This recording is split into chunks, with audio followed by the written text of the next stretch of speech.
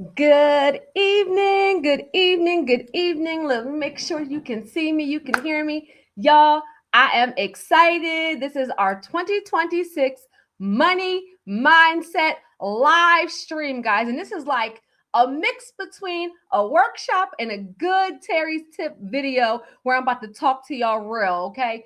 Get a notebook, get a pen. Let me know, leave me a comment. Let me know where you're tuning in from, your name, your state, and make sure, let me know if you can hear me and see me, okay?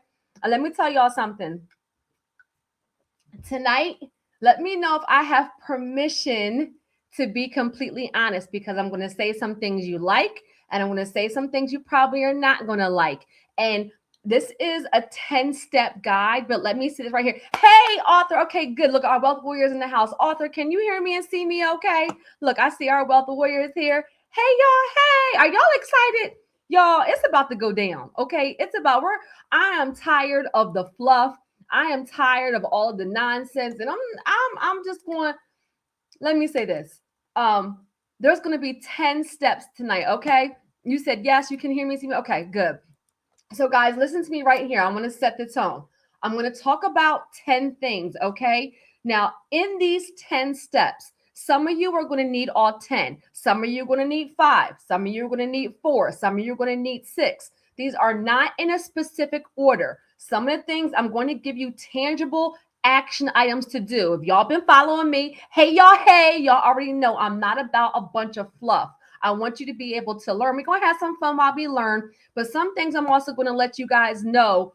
I'm going to say some things that some of you need to hear. So is it okay? Can we be friends? Like you say, hey, Terry, we can hear you. Okay, I see you, Mikkel. All right, good, good, good. So let's get started. And that's why I said, look, 10 things. Some of you will need all of them. Some of you will need some of them. Okay, but they're all going to be relevant. And let me know if we're going to still be friends after this because I'm going to say some things you're going to like and I'm going to say some things that you're not going to like. But this is that. I'm going to set the tone. This is iron. Oh, my rings are wrong. This is iron sharpens iron. Okay. Come on, somebody. So, money mindset 2026. Okay. And hold on. So, what are we going to talk about? We're going to talk about wealth building, a new year financial checkup, right? So, this is going to be some things you want to kind of take some snapshots of some things that have taken place in 2025. And we also want to have some action items going into 2026. This is if you are an entrepreneur, aspiring entrepreneur, small business owner, investor, and if you have a regular W-2 career, if you have a job that you love, listen, this is for everybody getting your mind right for 2026. Now, I want to make sure that I have the right people in the place, right? So if you're on this live, you are ready to do something different for 2026. You are tired of the fluff. You are tired of money. Come on, somebody being an issue. Somebody put money in the comments. Are you tired of money being an issue? I know I have been in many stages in my life all the time where I'm tired of money being an issue. If you are frustrated with your circumstances, if you are ready to live the lifestyle, come on, somebody, that you desire and you deserve. And if you want to change, come on, somebody. Look, you said you are ready. Come on, Charlton. Look, come on, Arthur Money. If you are ready for change, right? And let me just say this right here, guys, changing, y'all, there's going to be tangible things and there's going to be some things that I just need to talk to you guys, right? Because this is about your mindset. We have to change our relationship with money. Somebody put change in the comments. You cannot build wealth and have a scarcity mindset. You cannot build wealth and think that money is the root of all evil. Let me sip my water. I'm about to go in already. Y'all, this is a wealth building ministry, right? I teach faith-based wealth building. Scripture says that a double-minded man is unstable in all his ways. Let me say it again. A double-minded man is unstable in all his ways. You cannot build wealth if your mindset is that money is the root of all evil. Can I be real with y'all tonight? Look, you ready for some change? Look, Arthur said he ready for some change. Look, with Charlton, ready for some change. Can I be real? Faith-based wealth building means that we're building for legacy. We're building our empire. We're building to break generational curses. We're building for the generations behind us and before us. But I need to break that off of you right away. You can't build wealth if you think that money is the root of all evil. So if you're ready for change, then this workshop is for you, right? But I want to say thank you. Y'all, thank you. Let me come on. I want to say thank you. Our channel just hit 65,000, look, thousand subscribers, and we could not have grown without you. So everybody on here live, everybody watching the replay, I hope that y'all on here live and y'all interact with me. I just want to take a second to say thank you. I genuinely mean that, guys. I started this channel in 2020 during COVID as a free resource for the community. Free resource for financial literacy, for real estate, for entrepreneurship, for credit, for wealth building. And I am only a part-time YouTuber. I am a single mother of 3. And I literally post 2 videos a week. So for us to grow in that way, we could not have done it without you. So I would be remiss in saying that we look like our relationship with our money. We are in a relationship. I pour into you all and you all pour into me too. And so I'm just grateful for your support. And also, guys, like this live stream, share it with somebody, with a friend if you've gotten value from my content. But thank you so much for 65,000 subscribers. I've made over 2,000 videos with just a Samsung Galaxy cell phone. Just a cell phone. Now I have editing and a team and a mic and lighting and all those things. But this is a nugget for somebody out there. Get started with what you have. Get started with what you have. What does his words say? Do not despise small beginnings, right? Over 1,000, my first 1,000 something videos were just a Galaxy cell phone. Hey, Cheryl.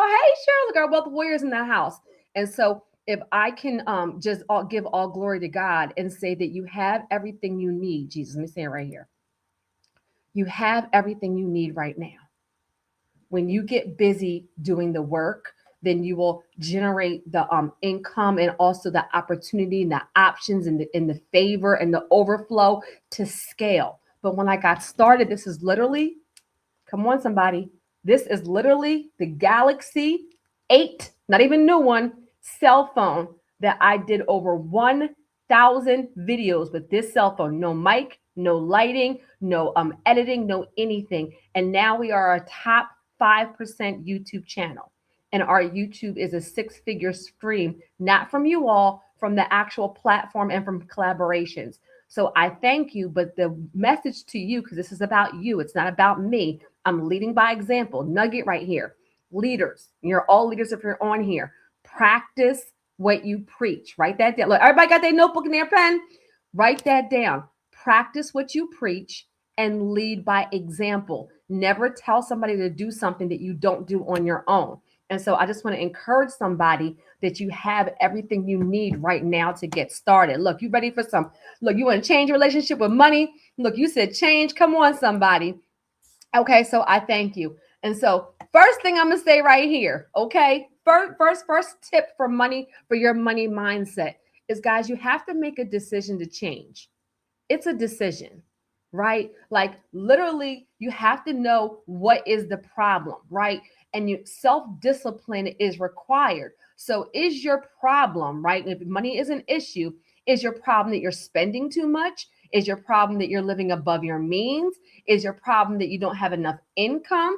Is your problem that you're helping out family and friends when you don't really have the ability and then you don't get it back? Is your problem that you have too many distractions in your life? And the problem that you can't stay focused. What is the problem? Guys, let me say this right here about living above your means. There's a book called The Millionaire Next Door. So I put millionaire in the comments. I'm giving you guys tangible action items all throughout. So we're about to have a talk tonight, right? And I don't care if it's one person on here, 5 people on here, or 50 people, or 5,000 people, right? This is for somebody. The Millionaire Next Door. That is a book. If you have not read that book, put it in your notes to read. And it talks about the principle of how we literally have millionaires all around us. Look, come on, somebody. All right, the millionaire, amen, millionaire. Come on, somebody. If you're a millionaire, There is a success principle to living below your means. And you will be surprised how in everyday life we have all these millionaires all around us, but we don't recognize them because they're usually not the ones with the Bentleys and with the Rolexes on every single day. They are walking around with their jeans and their sneakers and their hair in a bun and just relaxing because they've worked so hard to build. It doesn't have to be loud. Jesus. Wealth is not loud.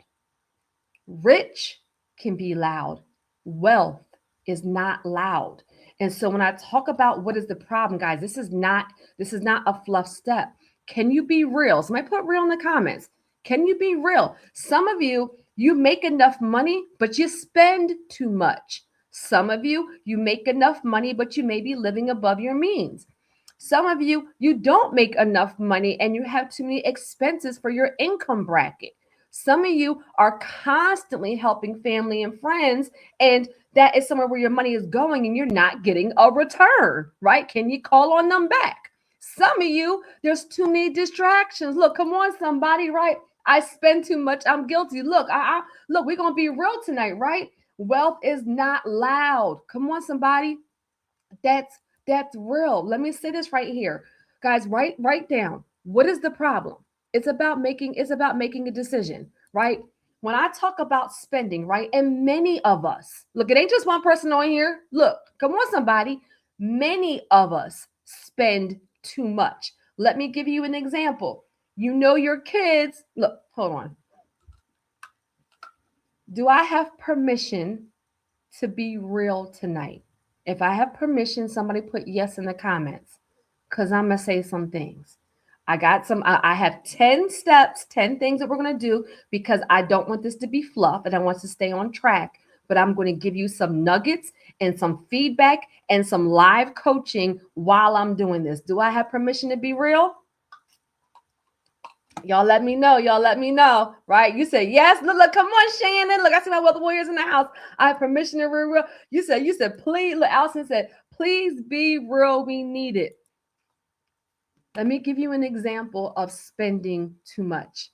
You know your kids are in the 11th, 12th grade. You know they are about to go away to college. You do not have the money to send them to college, but you do have the money for a $10,000 prom send off. Ooh, Terry, the shade. Somebody put prom in the comments. If I see one more $25,000, $10,000, $50,000 prom send off in the ghetto, I said it just like that. I'm about to make you uncomfortable today. I said it just like that. You spending 10, 20, $50,000 on a prom send off, and you don't have a nest egg to send your kids to college, to help them start a business, to put a down payment on a property, to get them a duplex. And I'm from Philly. Look, Philly is known. We love prom set off. I bind it up.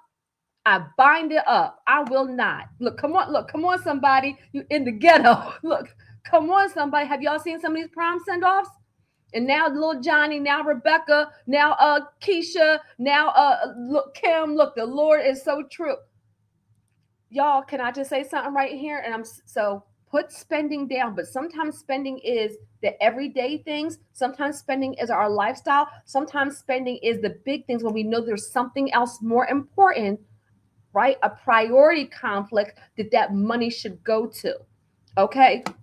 No, you said so true. I'm gonna tell you something. I know some super wealthy, like I know them, like I know that they own franchises. I know that they're business owners. I know some wealthy people in my network that also have kids that went to the prom. They have balloons on the banister and the phone hooked up to the Bluetooth and cupcakes. Wealth is not loud. I'm just going to leave that right there. So, what am I saying right here? It's about making a decision, right? Can you change some things in the immediate for what you want to do differently in 2026? It's about having a different 2026. Warren Buffett, if you don't find a way to make money while you sleep, you will work until you die. If you don't find a way to make money while you sleep, you will work until you die. Warren Buffett. Am I trying to scare you? No. Am I being real? Yes. Yes, I'm being very, very real. This is why we talk about having, I'm going to talk about multiple streams of income, but you have one thing, but you have something else that's building for you. So is it stocks? Is it bonds? Is it infinite banking? Is it real estate? Is it digital products? I want you to write this down, right? So we already talked about making a decision, right? That was even a tip. That's not even step one, right? But the next thing, and identifying what the problem is. So making a decision and identifying the problem. Okay. That's part of your money mindset for 2026. But the next thing, right, is do you have a way to make money that does not require you to show up? Guess what my YouTube is? A way for me to generate revenue without me having to constantly show up. Guess what digital ebooks and courses are? Guess what having a team is? Ways to make money. Guess what infinite banking is? Guess what real estate is? So, guys, I want you to write that down. Do you have a vehicle that it can actually generate the money that you want? Look, do you have something that continues to build for you while you go to sleep? Can you wake up and have deposits in your bank account that did not require you to actually do the physical work? If the answer is no, and that's okay because most people don't, but we about to have a real talk today, then ask yourself, what can I do in the immediate next quarter? Somebody put 90 in the comments. In the next quarter, we're not making changes for 2027, 2028, 20. Like, we're not doing that. In the next quarter, somebody put 90 in the comments. Can you add something or diversify something that will allow you to make money while you sleep? I don't care if it's $5. You have to start somewhere, right? You have to make $5, $10, $100 before you go to something that makes you thousands of dollars. Look, Arthur said no. Arthur, but you're on your way. So let me shout out Arthur real quick because we got your ebook. Arthur is one of our younger wealth warriors. Congratulations to him, who is a wealth warrior Patreon, who did a strategy session and is about to launch his ebook. Well, guess what, Arthur? When you launch your ebook and you start to get it out there, and that's something that's going to start to generate income while you sleep. So congratulations to you in advance. Look, can we celebrate some people, especially our people that are in their 20s that are building right now? Come on, somebody. I wish somebody told me about doing some of these things when I was in my 20s, okay? And so you need to find a way to generate money while you sleep. So if the answer is no, we need to fix that. If the answer is yes, we need to scale it. Let me say it again. Do you have a way to generate money while you sleep? If the answer is no, we need to fix that and create it. If the answer is yes, we need to grow it and scale it. Nothing I say is fluff. Everybody in here, no matter what it is I talk about, is going to fall into one or two categories. Part of this is being aware. Part of this is having, look, you come on, somebody said, oh, look, Cheryl said, awesome, Author, right, in our Patreon Wealth Warrior, okay? In our Patreon community. Step number one, guys, write these things down, right? And you said, and look, and Cheryl said, I don't either. And that's okay. Look, that's okay. Now, what I do know, what I will say for you, Cheryl, right, is you have your podcast. So eventually making money while you sleep might be sponsors, maybe collaborations, maybe affiliate links. Y'all, this is live. This is live. I'm going to talk to y'all, right? We're going to get through these steps, but I want to make sure that I'm giving real value to the people who show up. This ain't for everybody. This is for us, okay? Step number one, define your wealth purpose and your scorecard. Somebody put scorecard in the comments. I need y'all to do this. That is a current snapshot and a true assessment of where you are now. So you're going to answer these questions. This is a part of your evaluation as you go into 2026, right? Where are you now? Create and write down a 10-year family vision. Set some 2026 targets for revenue, targets for profit, targets for income, targets for credit. Calculate your net worth, and you're going to do a review. Figure out time every single month. I think weekly can be too much. Right? There's some people say daily, weekly, all those things, but you're doing a monthly review. Hold on one second. And come on, we said, who is Who's a source to write an ebook on? Who's a source to write an ebook online? Thank you. So you can use anybody to actually write the ebook. ChatGPT can help you with that. That's a great question, guys. You guys can ask questions. For an ebook, I would say have a focus for it, know exactly who your audience is and what it's going to deliver. But you can do ebooks now in Canva. You can do ebooks. I mean, I have my assistant do mine. I mean, ebooks, the actual making of it is not super difficult as far as the actual making. Like you can even find somebody on Fiverr, to be honest with you, if you have those systems and give them all the content and they will make it for you for a super low fee. And then your only goal after that is to generate the feedback for whatever it is you pay, but then it pays you over and over and over again. And then I recommend that you put it on like a funnel or something that's going to continue to make money, like a ClickFunnels or something of that nature, and go to automation. Nugget right here. Our business coaching strategy sessions are still 50% off. So if you need a one-on-one plan, I just did Earl and Christopher yesterday. I didn't even get a chance to post it in the stories because it's been so busy.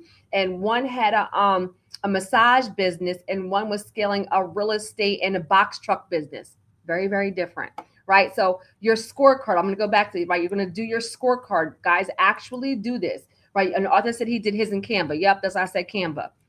So do your scorecard, right? Where you are now. Now, I said a 10-year family vision, not 1 year, not 6 months, not 5 months. Really stretch yourself, because this is going to help you put together a picture for what you want your life to look like. And as you're going through your day-to-day activity, asking yourself, am I in alignment with what I said I wanted for my family? Look, somebody puts it in the comments. Do you know what you want your life to look like in 10 years?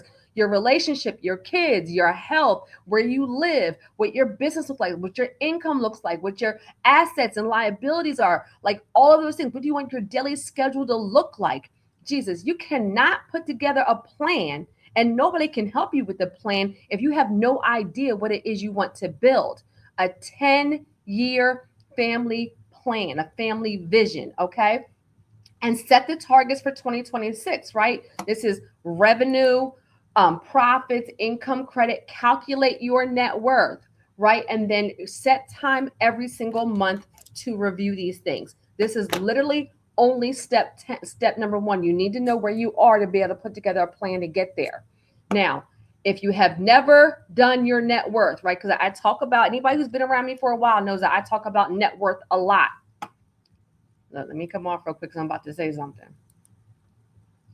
For all my newbies, hey y'all, hey. For all my vets, y'all already know. When I sip my water, I'm about to say something. And I need a nice water bottle. Like I saw your water bottle, Allison. That was a gift, so I ain't mad about it. But you got a nice water bottle. I have a bunch of water bottles. I have a customized one too upstairs, and I just always forget to grab it. I'm gonna say something about your net worth. When I sip my water, that means I'm probably about to say something inappropriate. Okay? Okay. It's my live stream. I'm going to say what I want to say. I see a lot of people that talk about they make $50,000 a month and $80,000 a month, $100,000 a month. But what they're not telling you is that they're making $100,000 a month and they're spending $95,000 in marketing. And after their household bills, I'm going to leave that right there. Y'all, net wealthy people, I am a wealth building empowerment coach.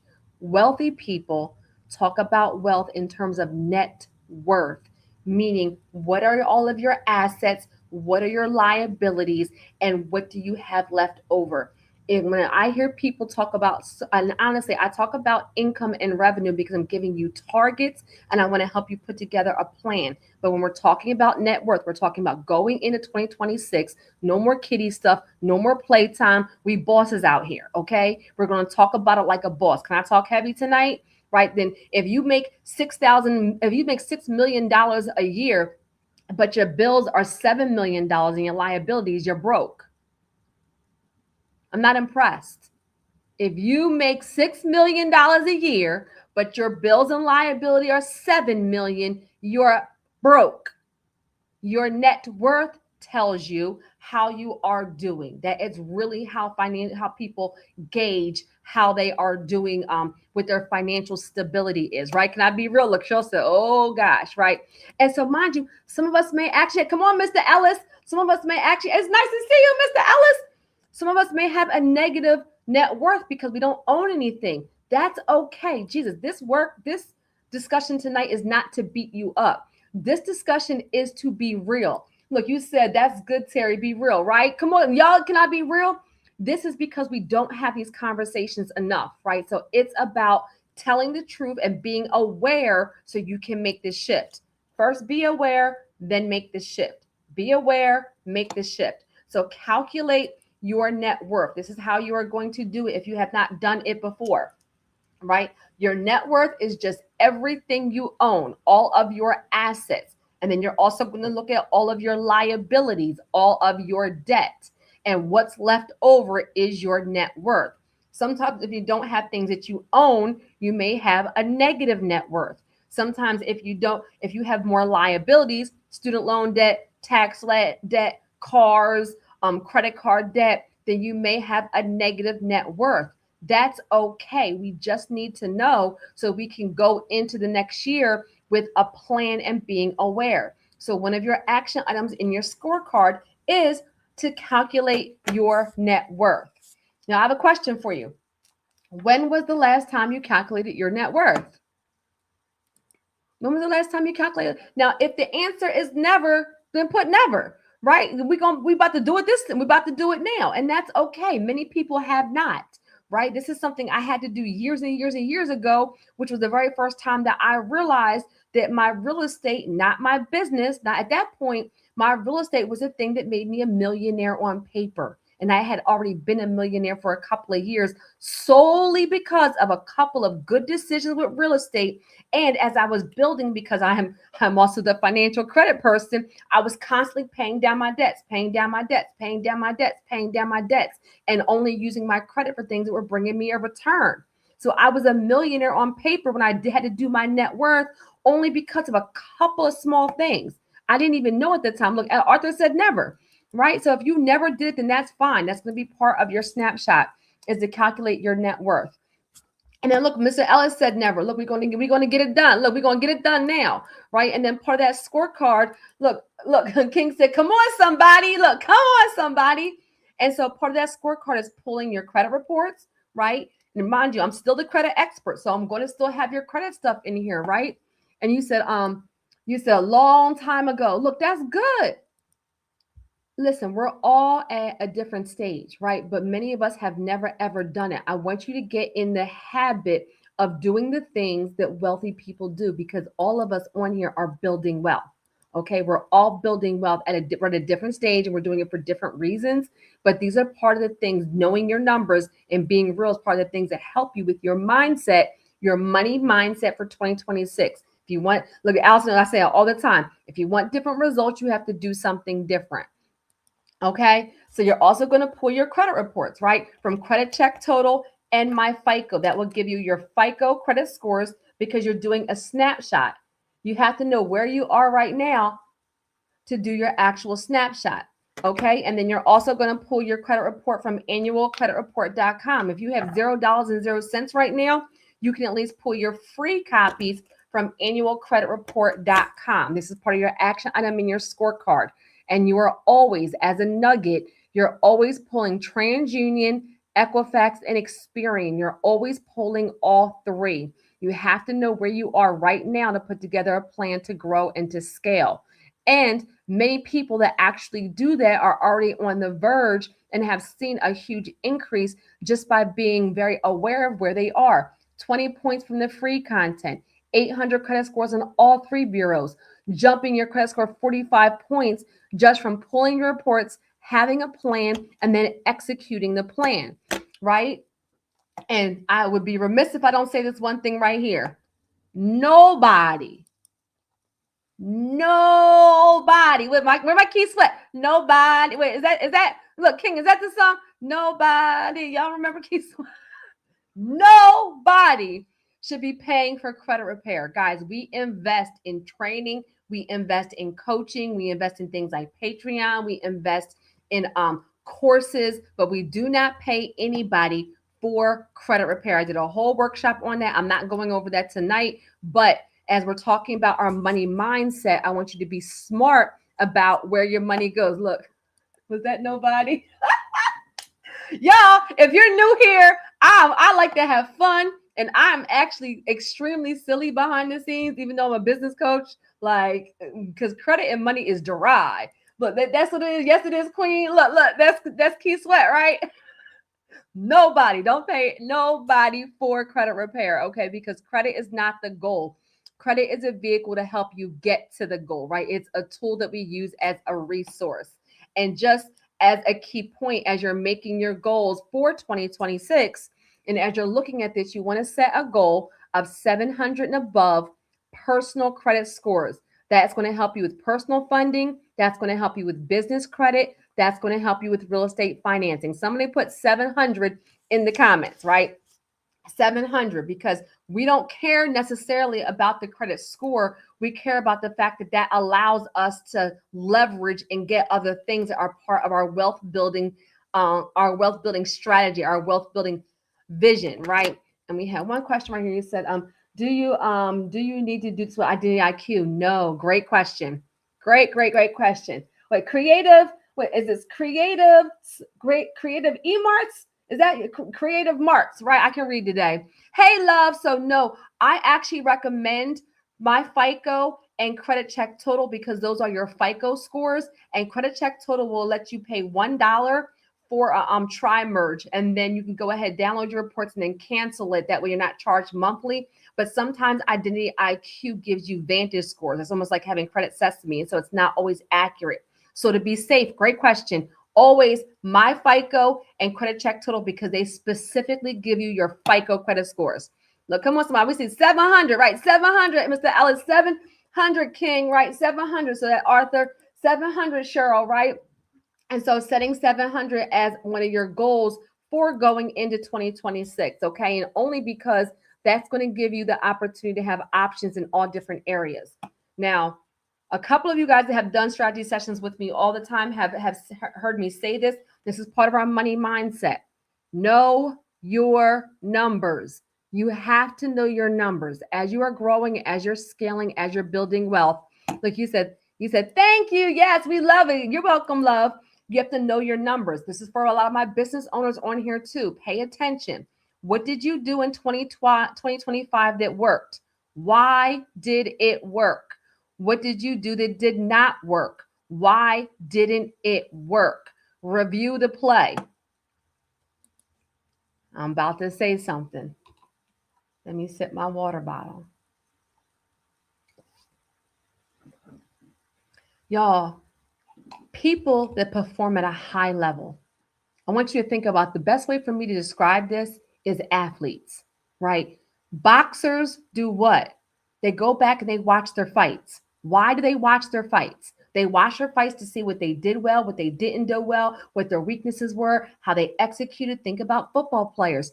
They watch previous games. What went wrong? Where was the breakdown? Who didn't show up? All those things. Think about basketball players. They go back. Think about everybody. Look, you said sip, sip. Guys, somebody put review in the comments.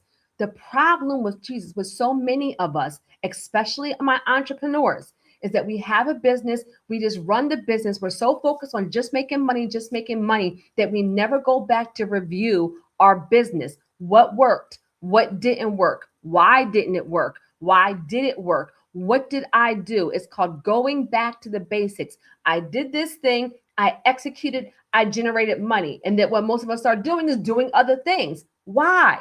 If we did this one thing, we had a webinar, we promoted it, and we got clients. And then what do? We stopped doing the webinars. Why? If that's a thing that worked and made sense, then we diversify and do all these other things. And now all of a sudden it doesn't work anymore. We didn't go back to review the play. Look, come on, somebody, review. If people who are Olympic champions, people who are in the NFL, the NBA, people who run track, if people who are financial people, we do finance, y'all. I was in corporate America. I was an executive, a senior analyst for Cigna, right? I still actually have a pension that I will get because I did almost 10 years at my corporate position before I launched my business. I have 2 degrees. I was managing 190 doctors in the Philadelphia area. We used to have something every single month, not every quarter, not every year. Every single shout out to my Cigna. If I have any of my old coworkers on here. I have a bunch of old coworkers on my Facebook. Shout out to my Cigna people. It used to be called Bravo Health.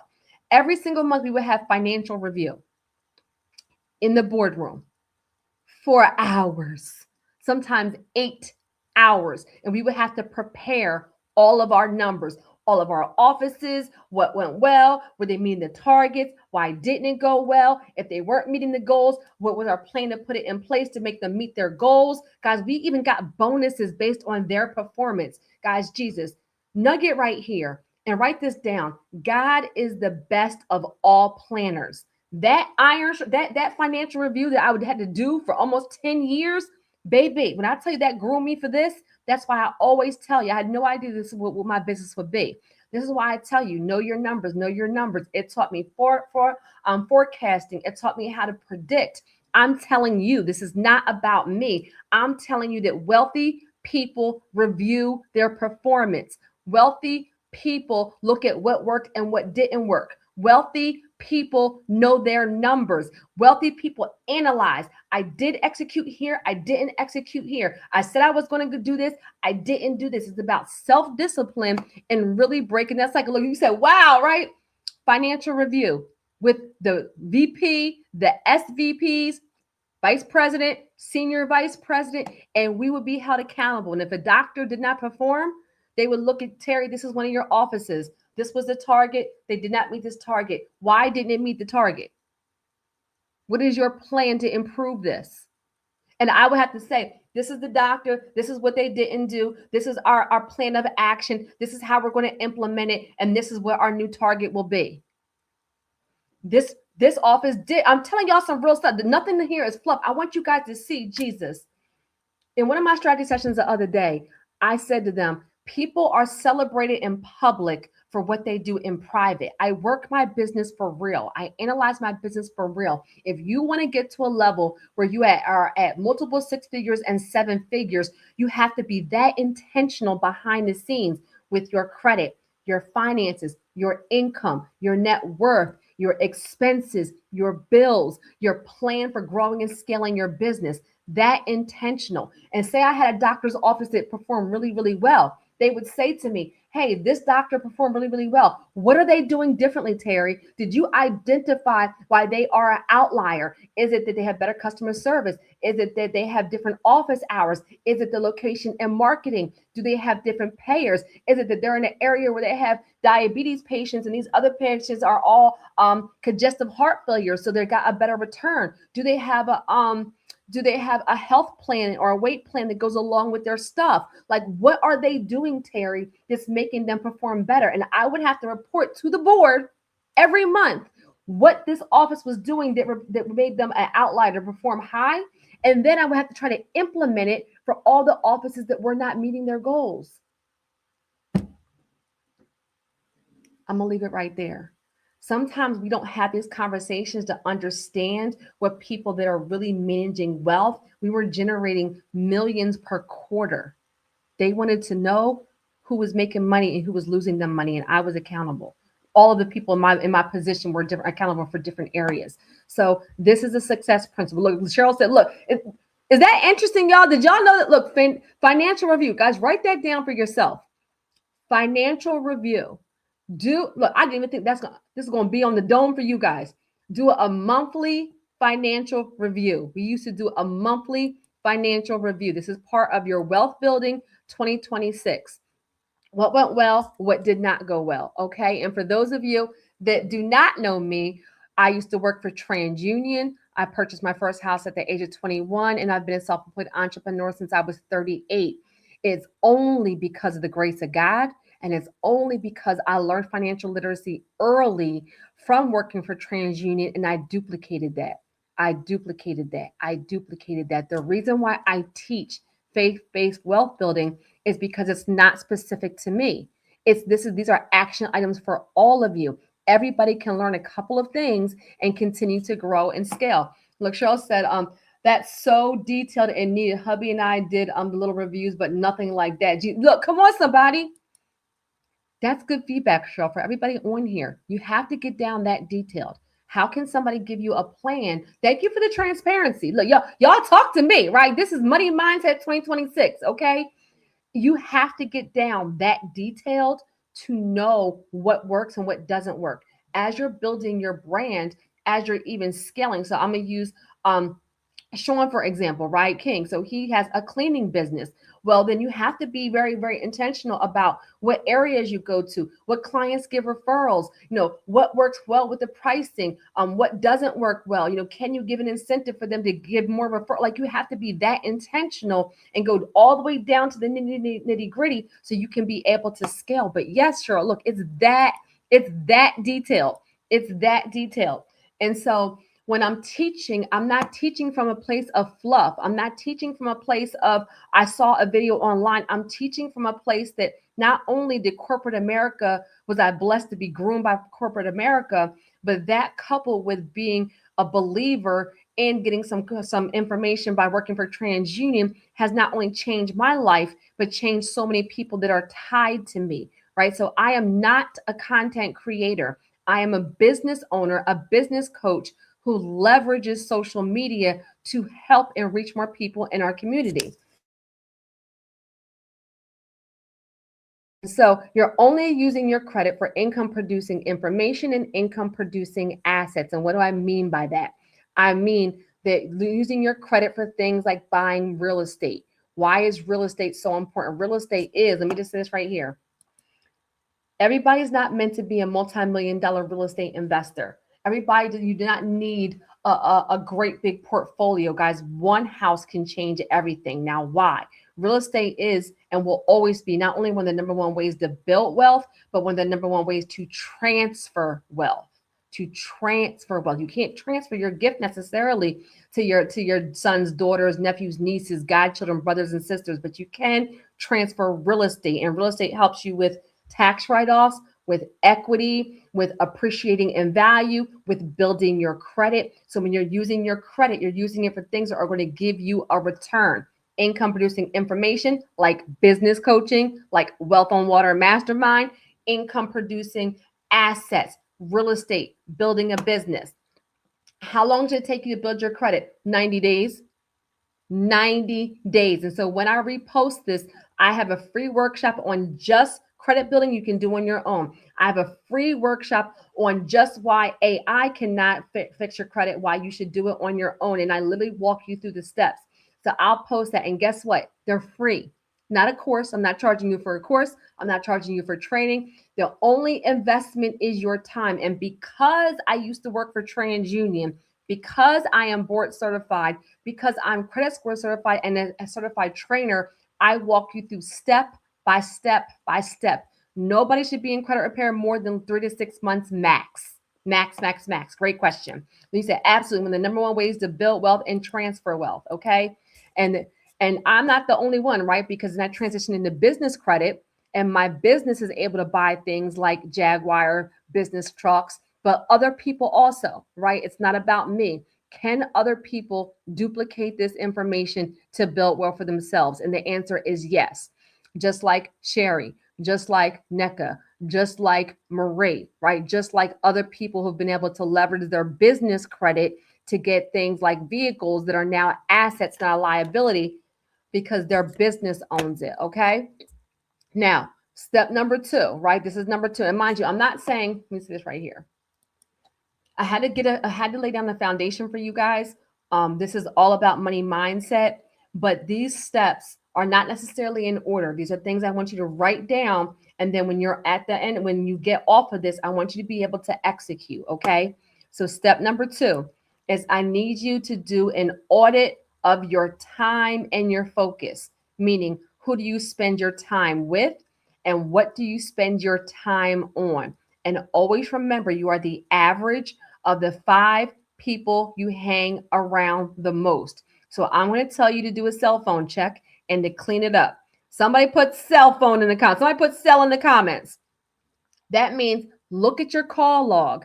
Look at your text messages. Look at your DMs. Look at your inbox. Look at your email. Who are you calling and texting daily? And do they represent your future or your past? Are they where you want to go? Look, somebody put sell in it. Look, somebody put sell in the comments. Look, come on, somebody. Wait, clean it up. Look, I used to do this with Elite 10 group coaching.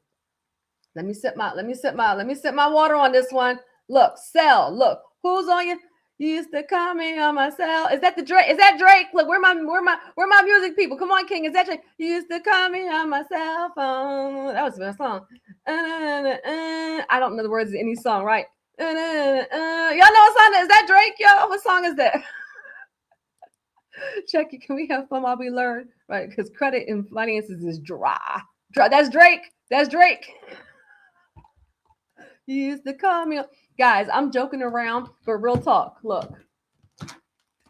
And y'all know this is a hot mess. My business owns the cell phones, right? So I'm grabbing my cell phone. Real talk. This is an action item. You said Drake. You said it's Drake. Drake, hey, love. Look, you said hotline bling. Yeah, look. That's the y'all, but real talk, right? Pull out your cell phone, right? And look at your text messages. Look at who you're calling. Do these people represent your future or your past? Are you on the phone constantly solving people's problems? Can you call them to solve your problems?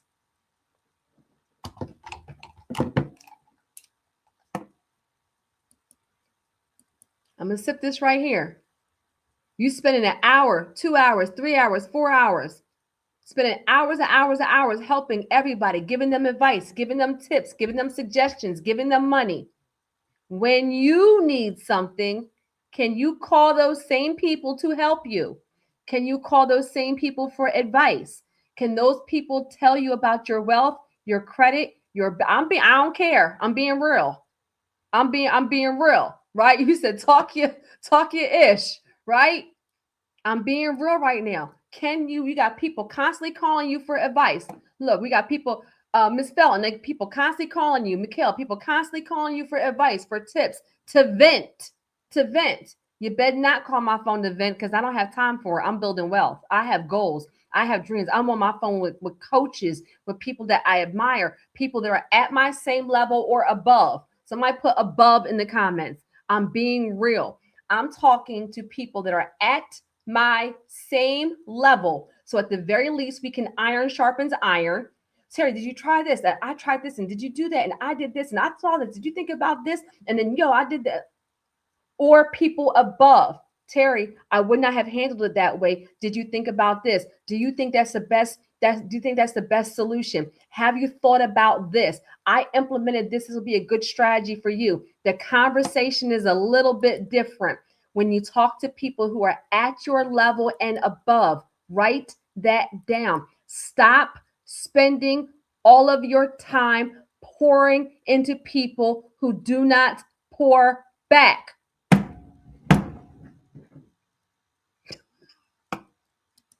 I'm being real. This is the season of no. Somebody put no in the comments. If you're going into 2026 with a new money mindset, that means we have to learn to tell some people no. Not forever.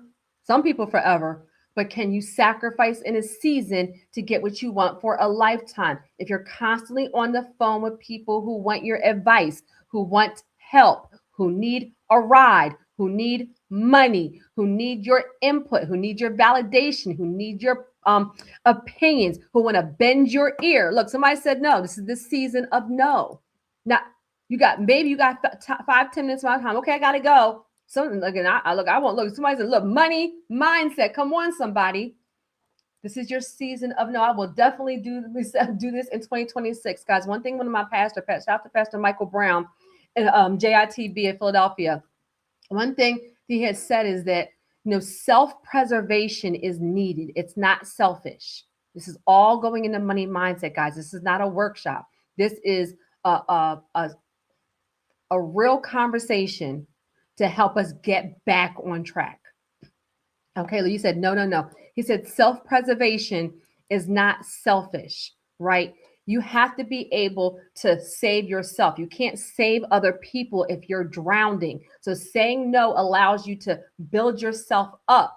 And then when you are where you want to be, then you're reaching back and you're helping the other people who want it. But what you're not going to do is pick my brain. What you're not going to do is want to vent to me. What you're not going to do is ring my phone every time you have a problem or you want something. The devil is a lie, and I'm good at no. So I'm just going to say that right there.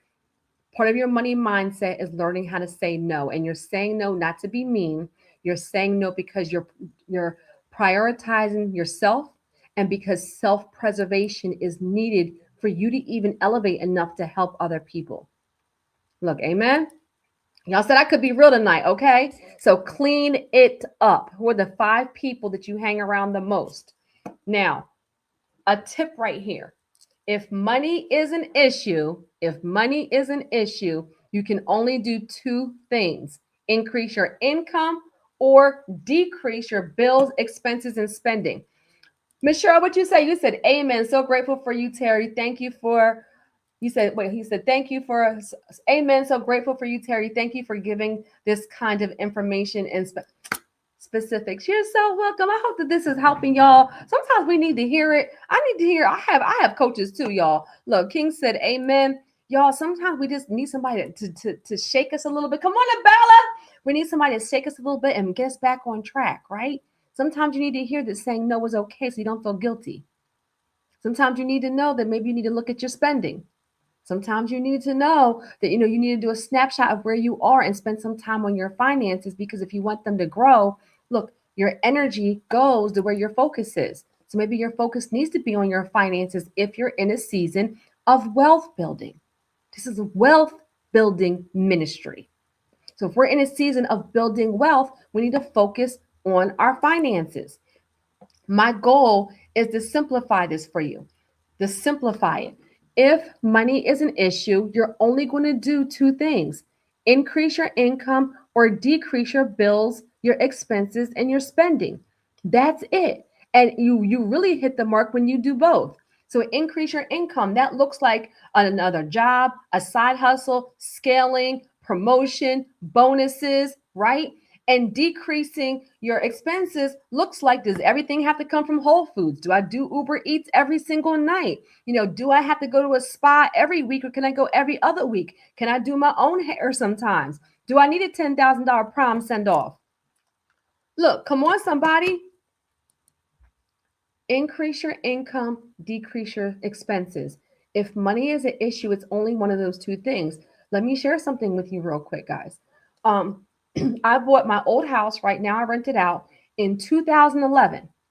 I bought the property in 2011. Mortgage only $1,400 a month. Big house, corner property. Look, some of y'all have seen it. Corner property, garage, 4 stories, finished basement, finished attic, but it was only $1,400. It was an older property, right? Big but old. 2011. I launched my business in 2017. Stayed at that house. 2018. Stayed at that house. 2019. Stayed at that house. 2020. Stayed at that house. 2021, 2022, 2023. I did not buy a new property for me to physically live in. Now I'm in new construction in one of the Ryan's homes, right? Until 2023. Could I have moved sooner? Yes. Was I generating the money to move sooner? Yes.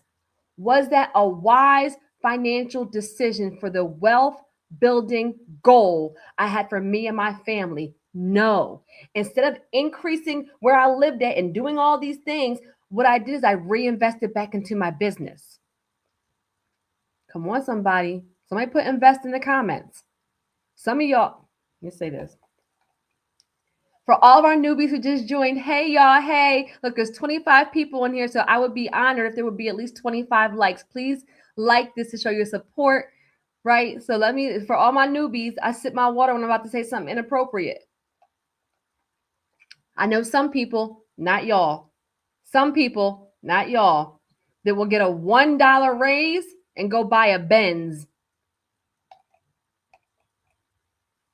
A 50-cent raise and upgrade to a luxury apartment. A $2 raise and get and go on a luxury trip. Come on, somebody.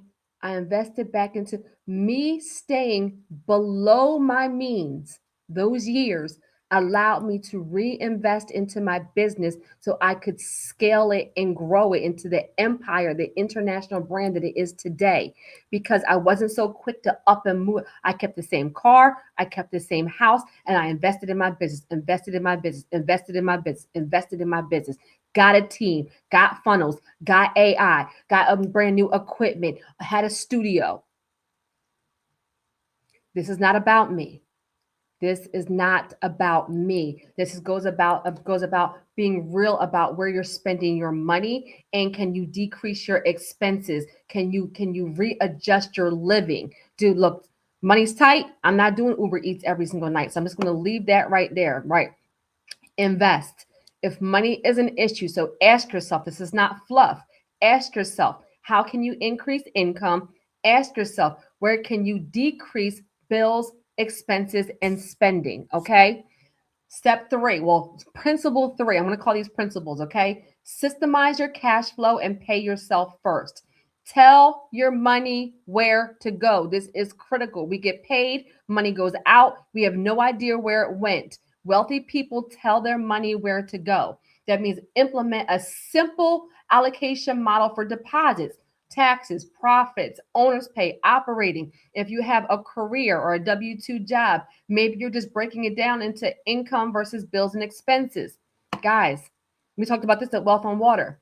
Money mindset. Tell your money where to go. I did a strategy session with somebody.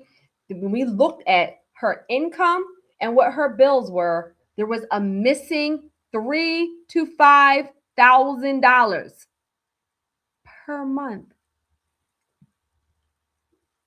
Somebody put 3K in the comments if you heard that. 3K. I said, where is this money going? She said, I have no idea.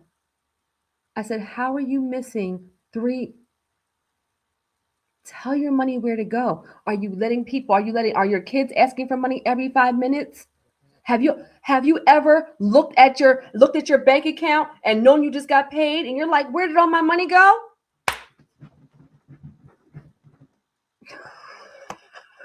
$3K.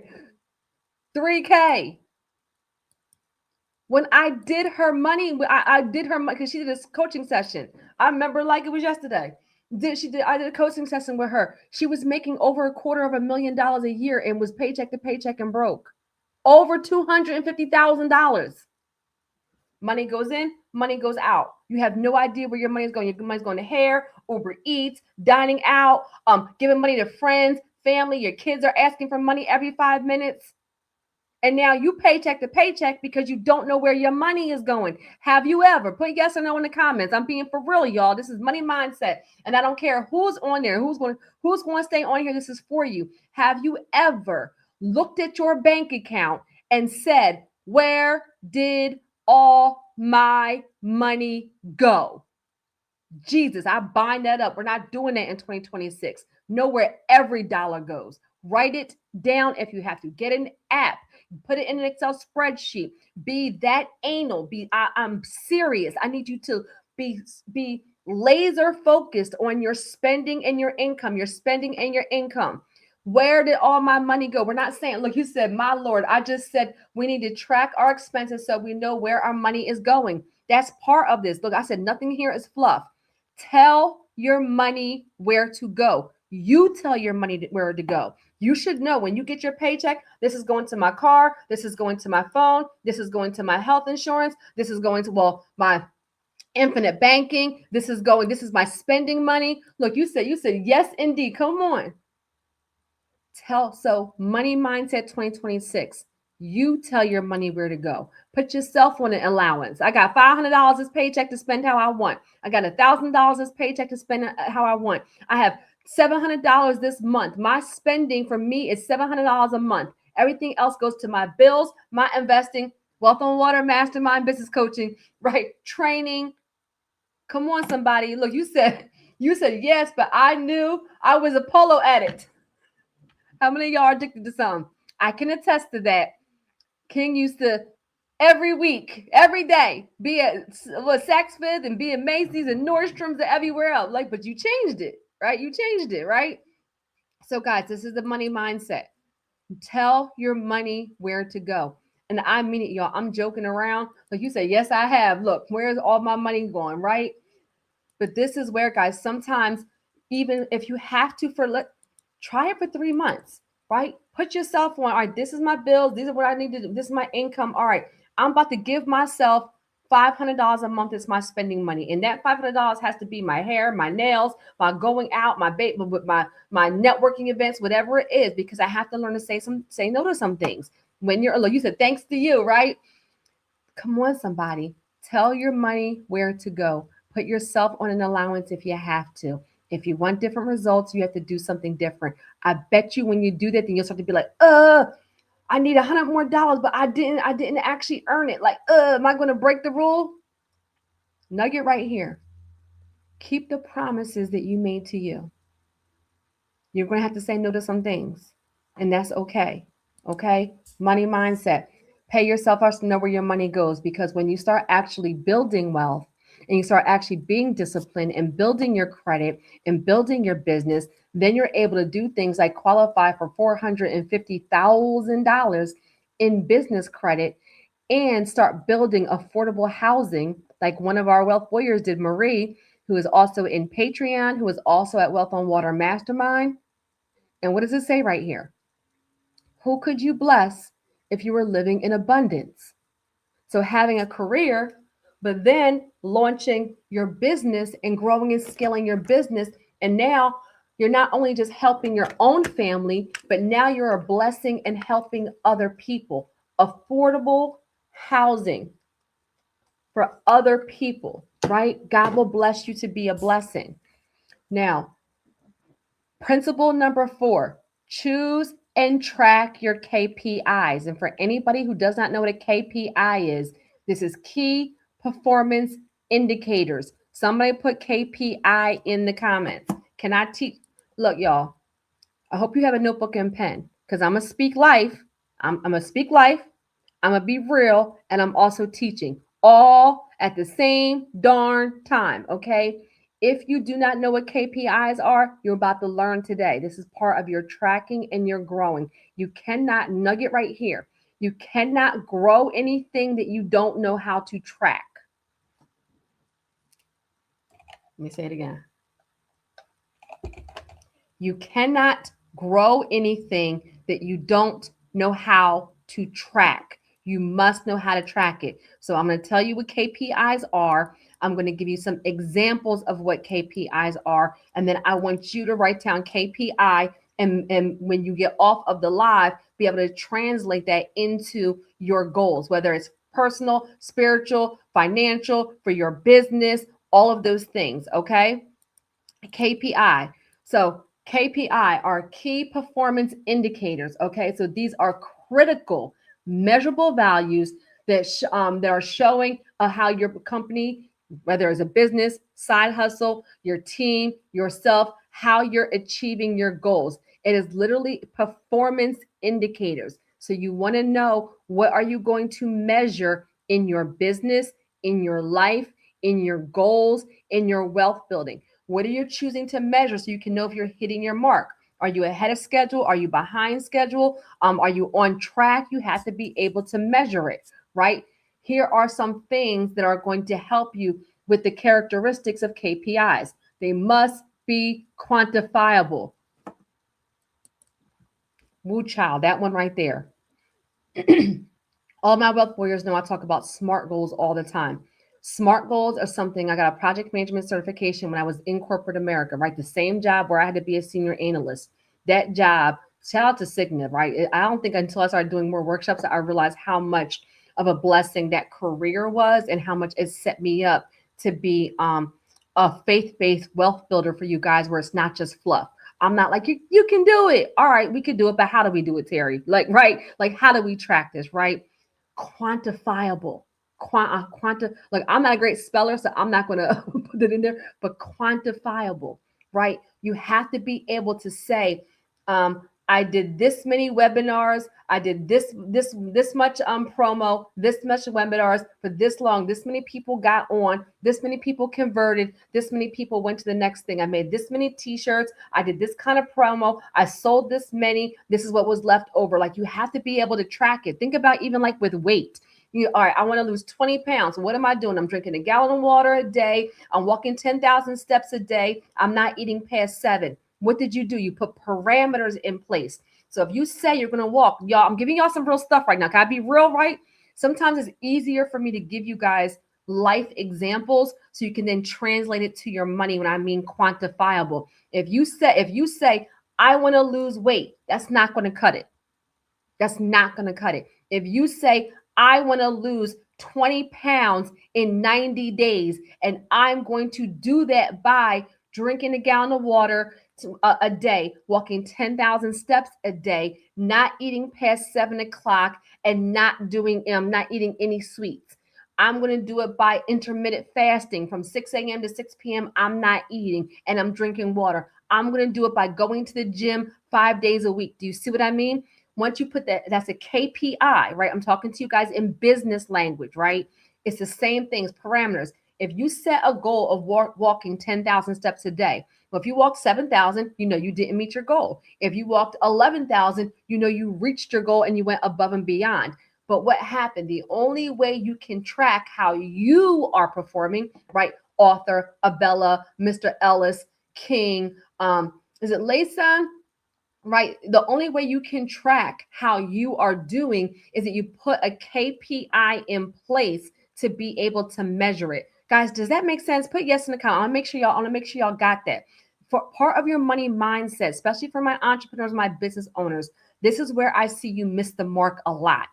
I'm saying this to help you and to guide you and to coach you, not to beat you down. I'm saying this to help you get to the next level. You have to know where in your business, where in your wealth building, where you're going to actually put those indicators in place so you can measure if you're hitting the mark, right? That makes sense? Okay, good. All right. So let me go back to, so guys, write these down. Your KPIs should be quantifiable. They have a numeric value. They should be key or critical. So they focus on the most important metrics. They should be goal oriented, right? They're directly linked to specific strategic objectives. They are measurable. There's a clear way to track them, and they are relevant. They must reflect meaningful progress in your business, in your wealth building, in your goals. Guys, I hope that helped. I want to give you some examples of this, but when I tell you, I look at KPIs consistently. This is why all my wealth warriors who've been here know that I'm not real big on vanity metrics. I don't care if a video gets 5 views, 100 views, or 5,000 views. I care that the right type of wealth building warrior, right? The person who really needs the information, if they got value from it. How do I know? Because I post a video and 10 people join Patreon. I do a workshop and 5 people invest in coaching. You see me? I post information and tips and 3 people invest in a course. So nugget right here, identifying income producing activity. But even in that income producing activity, I have to have a key performance metrics that I'm looking at to know, am I hitting the mark? Do I need to adjust my marketing, my messaging, my offer, my prices, my process, my follow-up? Jesus, it's that deep. I don't want you to be overwhelmed, but I am going to push you here. I'm not going to fluff you. Building wealth is challenging, not impossible, especially in 2025 where we have things like Canva and AI that can do things that used to take us so much time, right? Things that used to take us days, weeks, months, you can do with AI like that. So now more than ever is the best time to build. So I put best in the comments. In 2025, this is the best time to build wealth. Why? Because we have systems, we have third-party apps like Turo, like DoorDash, like cleaning, like Instacart, like Fiverr, like what else? Like Upwork. It's the easiest time. We have Uber and Lyft. We have Facebook Marketplace. Shout out to my Wealth Warriors, our masters. I'm doing a workshop tomorrow. I didn't even get a chance to post in the group yet, but I literally just made $300 in 15 minutes.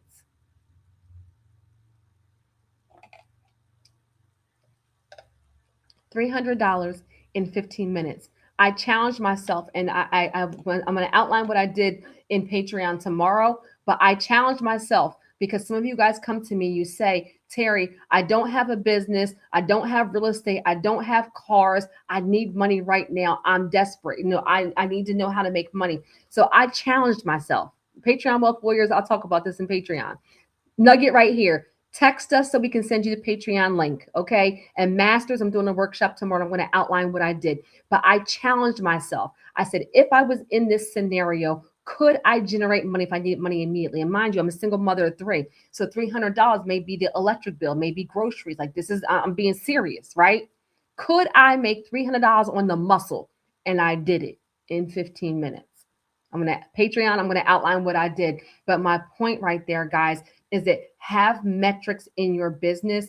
It can be overwhelming, but you have to get really comfortable with how you make money, how your business generates money, your relationship with money, if you want to be able to grow and to scale it.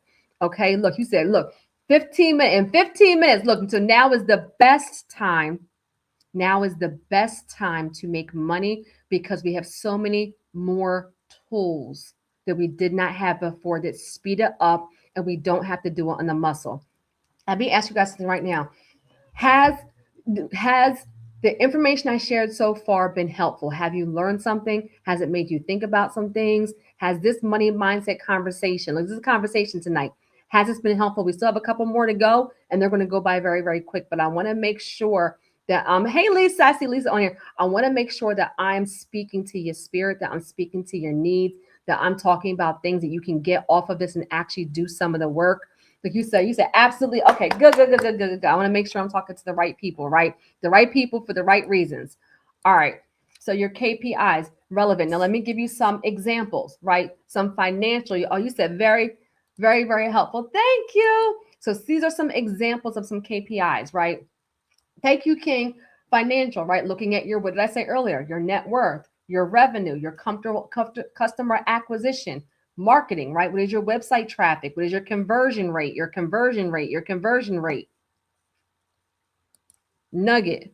My one-on-one business coaching strategy sessions are still an investment at 50% off. Is it an investment? Yes. Right? To work with me directly one-on-one, it's an investment. And I usually give people, and I say usually because some get 3 months, some have gotten 6 months worth of action items, literally from 1 hour with me. The reason why I'm saying that is I talk about conversion a lot. One-on-one, I talk about conversion a lot. You can have the best brand, the best t-shirts, the best podcast, the best cars, the best real estate. You could be the best coach, the best babysitter, like the best cook. You can be the best. If you have no marketing and sales and no process for conversion, you will be broke. So when I'm talking about KPI examples, conversions is when I talk about a lot. Oh, you said thank you, very, very helpful. Thank you, King. Look, come on, somebody. Come on, Lisa. You said speak to me. Come on, Arbella. You said very helpful. Okay, good. So I'm giving you guys some examples, but I had to say that right there, guys.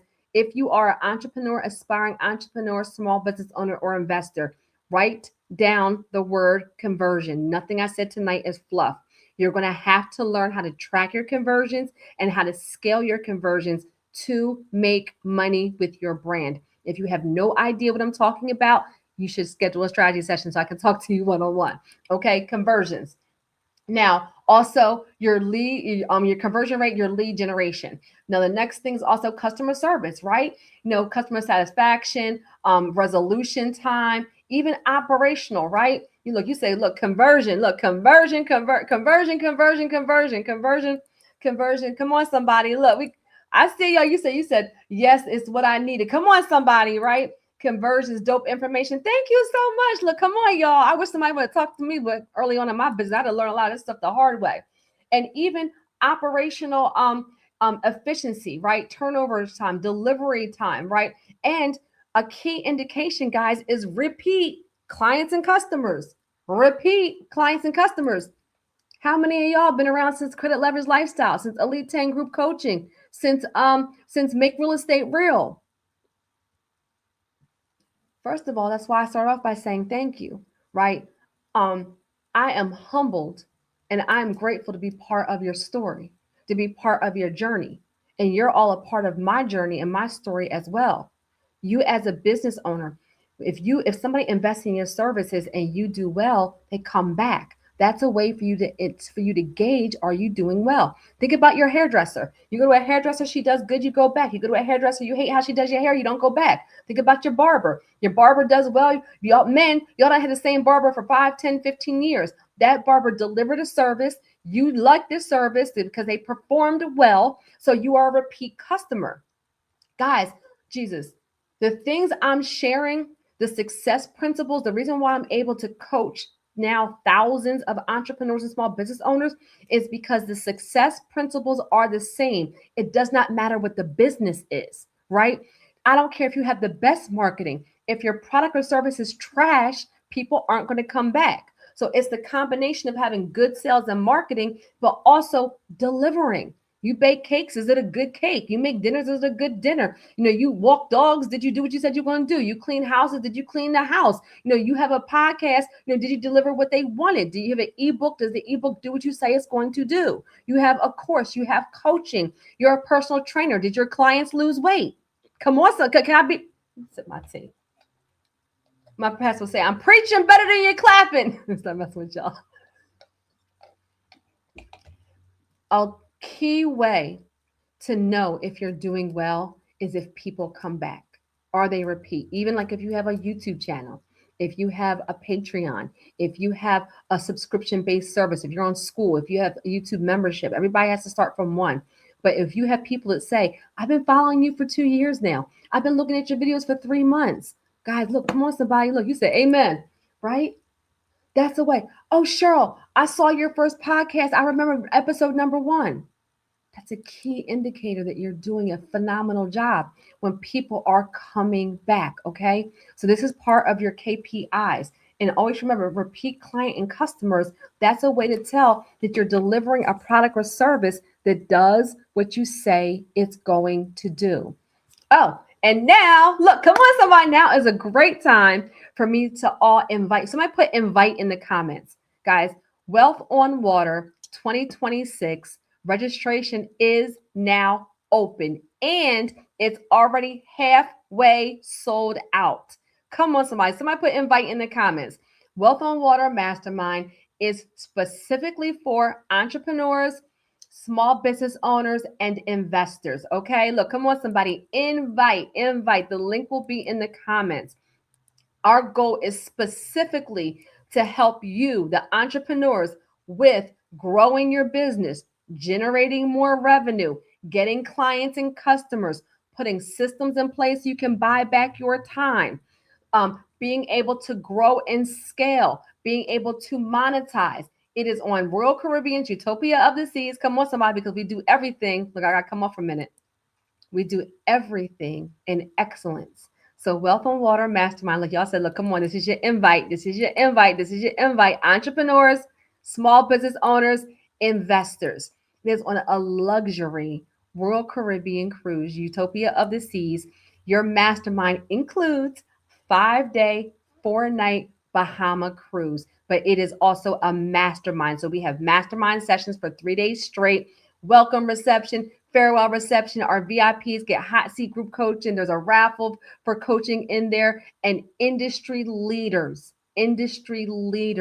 to help you specifically with growing and scaling your business. This is an investment into your business. If you have launched your business and you have never been an entrepreneur, you've never been a small business owner, you've never been an investor, if you launched your business and you're not generating the revenue that you want, literally the reason why, like you said, hey, Terry, hey, love, literally, let me just say this real quick, guys. The reason why I created Wealth on Water Mastermind is because we have those great big events. And I love, y'all, anybody know me, I love the big events, right? But what the feedback from you all has been is that you hear the information big and you're unable to translate it into your personal business situation, finances. You don't know what to do for your specific business. It's so much information jam-packed in one session that you have no idea what to do. So what do? We created a safe luxury environment where we can pour into a smaller group of business owners who are ready, who want real results, because you will get an ROI. Okay. And so literally, I think we're already halfway sold out. I think there might be 19 spots left. Step number 1 is to click and register. Step number 2 is to submit your investment. And step number 3 is to show up for yourself, right? And you have all the way until April to make payments on the mastermind, right? But Allison said, I went last year and it was a game changer in my business, and I will be back next year. Come on, somebody. Allison, we were so excited to have you. And yes, look, Allison already has a super successful brand and she is growing. We can't wait to see you again, right? You said KPI is a key performance indicator. Absolutely. So this is your invite to Wealth on Water Mastermind. And this goes back into the 5 people that you're hanging around the most. This goes back into being around people who are doing the same thing. And so some of the things that are included, an expert-led panel discussion, breakout sessions, your swag bag, your Wi-Fi, 3 mastermind sessions, our welcome reception. So I would love for you all to be there, okay? All right, step number 5, or success principle number 5, and this is a big one. Add a stream of income. Somebody put the word add in the comments. Y'all, I don't care if you have 2 streams, you're adding 1 to have 3. If you have 5 streams, you're adding 1 to have 6. If you have 1 stream, you're adding 1 to have 2. But 1 of anything is too close to 0. So you are either starting or growing your side hustle, or you're diversifying your current streams. Somebody put add in the comments. This is part of your wealth money mindset for 2026, guys. And let me just say this right here, right? And I'm just going to be real. We don't job shame. Listen, having a job is a blessing. Having a career is a blessing, right? But don't rely on just that. One thing that COVID taught us, one thing that this economy has taught us, is that it could be here today and gone tomorrow. These jobs ain't loyal. Look, you are a number, and let there be cuts in the budget. Let there be something going on with the economy. They will cut you, guys. Jesus, this is about setting yourself up in advance. You're going to add. Now, what do I mean by diversify? And let me sip my water on this one. I am not saying that you are a personal trainer and you're going to add a stream of income, and now you're going to do cryptocurrency. You're going to do Forex training. You're going to rent cars out. You are going to do something that you have no knowledge, skills, and experience. That makes no sense. Success principle. Have your business or side hustle be around something that you have knowledge, skills, and experience. Your learning curve, if you're trying to look, this is Money Mindset 2026. You're trying to make money quickly. You're trying to build wealth quickly. Then what you're not going to do is pick something you have absolutely no knowledge, skills, and experience and have that great big learning curve. No, something that you love to do, something that you like to do, something that you've already been paid for. I took my skills from my corporate career. I took my wealth building knowledge that I had from TransUnion, and I took my faith, because I know God did it for me and he can do it for you. And I put the 3 together, and I have a wealth on water, a wealth building ministry. Come on, somebody. Credit knowledge, the analytics from corporate America, God. Now what do I have? A wealth building ministry. I took my knowledge, skills, and experience, and the thing that I was called to do, the thing that I love to do, and I built my brand around something I was already an expert at, right? So when you're adding a stream, and you say, come on, somebody, they don't care about you. They don't care. These jobs don't care about you at all. Or you say absolute facts, Terry. Come on, say it again, right? So this is where, let's say you are a personal trainer. If I'm adding a stream of income, when I talk about Warren Buffett saying making money in your sleep, then maybe I'm launching a quick cookbook on clean eating. Maybe I'm started doing Zoom workshops where I'm helping people do workshops at home where they don't need the personal trainer in the gym. Maybe I'm making my own spices or something that they can add to their salmon and their chicken or whatever that's going to be low sodium or whatever. Maybe I'm doing a vegan calendar. Y'all, this is off the dome. I'm a personal trainer. I'm diversifying what I already know how to do. I'm adding a stream. I'm a personal trainer. I'm adding a cookbook. I'm a personal trainer. I'm adding a calendar. I'm a personal trainer. I'm adding one-on-one coaching calls. I'm a personal trainer. I'm adding fitness wear, a shoe line, t-shirts, spandex and Spanx and all those kind of stuff. Y'all see what I mean? Like, did that make sense, y'all? So when you're adding a stream, let it be an addition, an extension of what you already have knowledge, skills, and experience. Example, I had one-on-one coaching clients for credit, for personal credit when I first started my brand. Then I had a course about credit.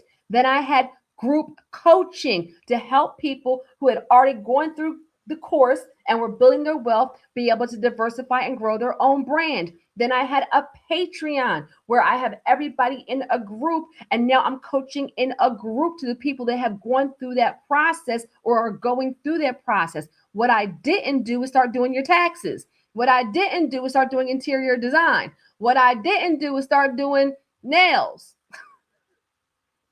If that makes sense, I might put yes in the comments. So part of your money mindset is write down knowledge, skills, and experience. Do a brain dump, a brain dump, a brain dump. What do you have knowledge, skills, and experience? How do you currently get paid? How do you currently get, y'all, this tonight's conversation is not for everybody. It's for the right people, right? It's not for everybody. It's for the right people, right? Just like King, right? So he is a hip hop recording artist, right? And so this is where now he also has a podcast. Now he also has done a video. He made extensions of the things that he already did. Come on, Cynthia, right? This is where Cheryl, right? You have a podcast. So then this is where an extension of that may be your coaching. Extension of that may be your ebook. An extension of that may be affiliate marketing. Do you see what I mean? So an extension. So write down your knowledge, skills, and experience. That's number one. Write down, do a brain dump. Write down how you currently get paid. That's number two. And then number three, write down how can you either grow it and scale it, add something, or how can you diversify it. What did I say? 90 days is something that I want you to do in the next 90 days. And another reminder, Patreon. I'm going to tell you how I made $300 in 15 minutes in Patreon. All right. Because I was actually surprised myself, and now I got a little tiny bit addicted to it. And the reason why I was off schedule yesterday and today was because I've been going back and doing it, and I actually love it. I think I found something new I like. So I'm going to talk to you guys. I stumbled on it by mistake. Nugget right here. I'm a coach that very much practices what I preach. So when I give you guys like tips and guidance, sometimes I myself, like say it's a credit, I've added credit builder accounts to my own credit. I've added a Tomo card to my own credit. I've applied for some funding literally on my own because I want to see the process. I want to see if it works itself. Like I want to see for myself if things work. I am like that, y'all. Like when I say I'm about this life. I love what I do, and it's such a blessing. I will go through the process just so I can say, what do you mean it didn't work? I just did this, and this myself, and I got this results. Like you said, come on, somebody. I said, repeat that, please. What do you want me to repeat? What, you want me to repeat it for real? But it works if you work it. All right. So step 5, add a stream of income, diversify. Okay. Question that I want you guys to ask for yourself. How many streams of income do you have now? How many streams of income do you have now? How are you expecting to pay 20 bills on one stream of income and wondering why you are struggling? Does it make sense to pay 20, 30, 40, 50 something bills on one stream of income? If that makes sense, put yes in the comments. If that does not make sense, put no in the comments. This is part of the reason why so many people are struggling, that you have dozens of bills and one paycheck. Come on, somebody. You said I have a great stream, Terry. Thank you. Right? But how many streams of income do you have right now? Part of the reason why people are struggling is because you're trying to pay all of your bills on one stream. So this is part of your money mindset. I want you to do a snapshot of how many streams of income you have. Right? Look, Mr. L said, no, that doesn't make no sense, right? It don't make no sense. This is why so many people are struggling. Even if you have a good job, a good career, it's still a struggle paying all of that with one stream of income, okay? So your benchmark for your side hustle and for your business. Wealth Warriors, you have seen this before, and I'm going to keep on showing it. You know why? Because 10,000, somebody put 10K in the comments. I talk about 10K all the time. Why do I talk about that specific number? Number one, it's a KPI, right? A performance indicator. It's something you can track if you make $10,000 a month, right? But this also gets you to that 100K mark. That is the first kind of benchmark for understanding that you have a business and or side hustle that works, meaning you have good market fit, you have good messaging and an offer, and you probably just need some tweaks to be able to continue to grow it and scale it. But not making 10K, come on somebody, right? Not making 10K one time. Some of the things that I see people struggle with is consistently making 10K. So they make 10K January, February they make 3K, April, March they make 4K, May they make another 10K, August they make 10K, September they make 2K, right? So it's about making 10K per month, right? And consistently making it. So guys, write down in your notes 10K. This is a benchmark for your business to not only make it, but to continuously make it. And if you're already making 10K, I want you to stretch yourself, right? Because some of y'all on here, I know y'all are already making 10K a month. Let me say this right here. Some of the people on this live stream, I know you. I know you. I know you. And you're already making 10K per month. Then I want you to double that number. How do you make 20K per month consistently? Let me say something to y'all. There's some wealth warriors on here that are doing some amazing things, and I'm very, very proud of you. And the fact that you still plugged in, like this is how we continue to grow, is we continue to have that iron sharpens iron and these real conversations. So if you're making 10K per month, I want you to stretch yourself. Your goal is going to be 20K per month. How do you make that, and how do you make it consistently? Y'all, there's people here who are watching. There's 25 people on here right now at this moment. There are people on here, several of you, that are already at 10K per month. I'm just going to leave that right there. Okay. And so I want you to be able to map it out. So I put the word map in the comments. This is why people do not hit this benchmark and hit it consistently, because you have not mapped it out. So if you're trying to make 10K per month, going back to what I said in the beginning, do you have a vehicle to help you actually get to the goal that you want?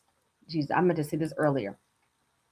Nugget, whatever monthly goal you set for yourself, right? Look, come on, look, one person will pay attention, right? You gotta map it out. You gotta map it out. You gotta map it out. Okay, there y'all go. Come on, Arthur. Come on, King, right? You have to map it out. Guys, you have to, I get people that talk to me one-on-one, right? I'm sip my water. In our one-on-one coaching, that's where I want you to be transparent. That's how I can help you. Matter of fact, Arthur just went through a coaching session, right? That's how I can help you. That's how I want to help you. But what I hear sometimes, I hear people that get on with me and they'll say, I want to make $10,000 a month. I want to make $50,000 a month. I want to make $80,000 a month. I'll say, great. How much are you making right now? 500. How much are you making right now? 1,000.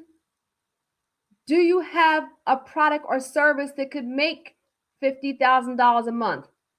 No.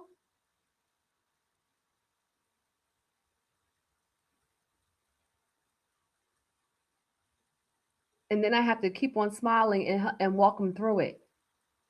I'm not faulting you, but I want you to ask yourself, do you have a vehicle that can generate the kind of income that you're saying you want to make? Iron sharpens iron. I said, look, y'all, we got to be able to map it out. We got to be able to map it out. We got to be able to map it out. You have to ask yourself, if you want to make $10,000 a month, if you want to make $20,000 a month, if you want to make $30,000 a month, do you have a vehicle? That means a product or service that can generate that. It's okay if the answer is no. We have to have these conversations. If you have a one job, one paycheck, and then you get on the phone with me and tell me you want to make $50,000 a month and your job pays you $2,000 a month, I can help you put together a plan. But you at the very least have to have an idea. I'm going to rent cars. I'm going to do taxes. I do eyelashes. I'm going to paint houses. I'm a landscaper. Y'all got, look, does that make sense? Somebody put yes in the comments. I'm being real with y'all. Do you have, write this down, do you have a vehicle? That means a product or service that can generate the income you say you want to make. For some people, that's the number one issue, picking the thing that's going to be your vehicle, not your car being the tool that you need to actually generate the income, right? First, you got to pick the thing, then we have to launch it and grow it, then we scale it to the numbers that you need. But if you're telling me you want to make $50,000 a month, then I also need you to be really clear about what it is that you're going to do to generate that income, right? And so $10,000 a month. Look, does that make sense, right? Come on, somebody. So the $10,000 a month benchmark, what does that look like? You have a $1,000 coaching program where you only need 10 clients per month.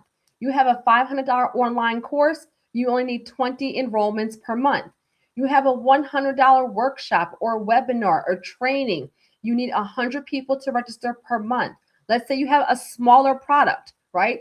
That means you have a $25 book, $25 planner, t-shirts, digital product, a fanny pack, backpack, something. You have $25 product. You need 400 customers per month. Does that make sense? If that makes sense, put yes in the comments. Guys, I'm spending some time right there because I said it before. I'm going to keep on saying it. There's really only two business models. You're either going to be high ticket and low volume, right? High ticket, low volume. That looks like I have a $1,000 coaching program. I need 10 clients per month. Or you're going to be low ticket. I have a $25 t-shirt and high volume. I need 400 customers per month to make my product or service, to make my $10,000 a month. So high ticket, low volume, or low ticket, high volume. But whatever the thing is, right? Because I know makeup artists that make multiple six figures. Why? Because they're doing makeup and that makeup session is costing $60 to $300. Real talk. I know I've paid some of them. Does that make sense right there? Right? So making sure that you have the vehicle that can generate the income you want. Guys, this is something we have to work on going into 2026. This is something we really have to work on. Pick your business model, pick your product or service that's going to be in addition to what you already do so we can grow it and scale it. Okay, with $10,000 a month consistently being your benchmark. Number 6, this is a big one. This is a big one. This is a big one. Learn to duplicate. Some of y'all heavy hitters on here need this. Some of my people that are making $10,000 a month, y'all need this. You can't grow and scale doing everything on your own. You need to learn to work on your business and not in your business. So what does that look like? That looks like systems. That looks like AI. That looks like a team. That looks like systems. That looks like AI. That looks like a team. Somebody put duplicate in the comments. Let me give you an example. You make t-shirts. You make phenomenal t-shirts, but you are the one that makes the t-shirts. You will be stuck at a certain income level because your business is solely reliant on you and only you. If you get sick, you don't make money. If you don't have enough hours in the day, you don't make money. If you have other priorities like a job, you don't make money. Come on, somebody, does that make sense? You have to learn to duplicate. What did Warren Buffett say? You have to learn how to make money in your sleep or you will work for the rest of your life. Part of growing and scaling. And some of you guys are at this level, some of you guys are not. We still going to talk about it. I'm talking to some whole wealth building bosses on here, okay? So I'm telling you guys what this looks like, right? I have a team of 7 and I have AI and I still need to do more, okay? And so did it start off that way though? No, it started off with me doing everything. Let me be clear. I started in 2017. It's 2025. What my business looks like right now is very different than the beginning. But I am sharing with you that you can only get to a certain point doing it all on your own. I was talking to a super powerful, a woman that I admire who's an apostle, who has a business and has some speaking events coming up. Me and her had a conversation yesterday. And I said something to her, and she was talking about me coming and speaking in one of her events and all these things. And I was talking to her about the audience. And one thing I said, and I'm going to say it to you guys, is you can get to 100K with just hard work. So I'm going to put 100K in there, put 100K in the comments.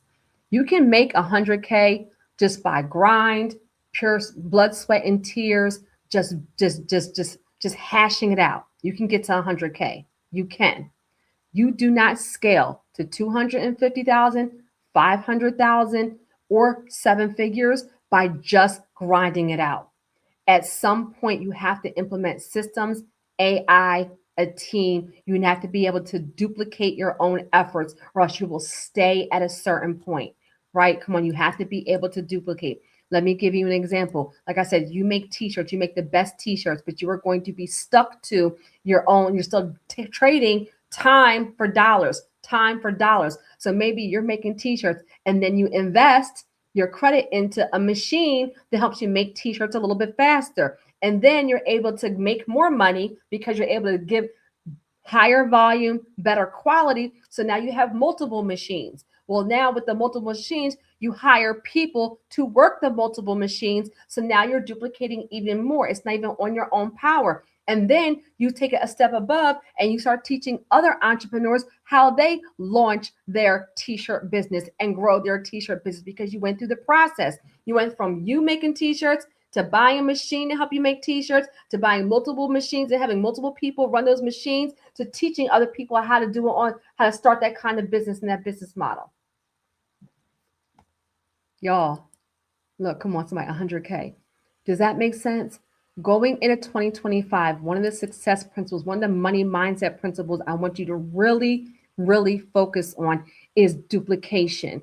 If your entire wealth building mindset is dedicated, is reliant on your own efforts, you are not going to be able to quickly or sustain a multiple six-figure or seven-figure business. Okay, and that's just this real talk. So you learn to actually duplicate, right? And as you're duplicating, you know, I'm always talking about qualifying for funding. Well, where you go get the money? The big banks, the regional banks, the credit unions, alternative lenders, and your current creditors. Why did I put this right here? Because as you're getting business credit, as you're getting funding for personal and or for business, that you want to make sure that you're putting it into something that's going to be income producing. Guys, nothing in here is fluff and nothing in here is by chance. Everything in here is real. So one of the problems, one of the mistakes that I see people do is they get business credit and they pay off their personal bills. They get business credit and they use it for things like their logo design. They get business credit and they use it for things that is not going to bring them a return.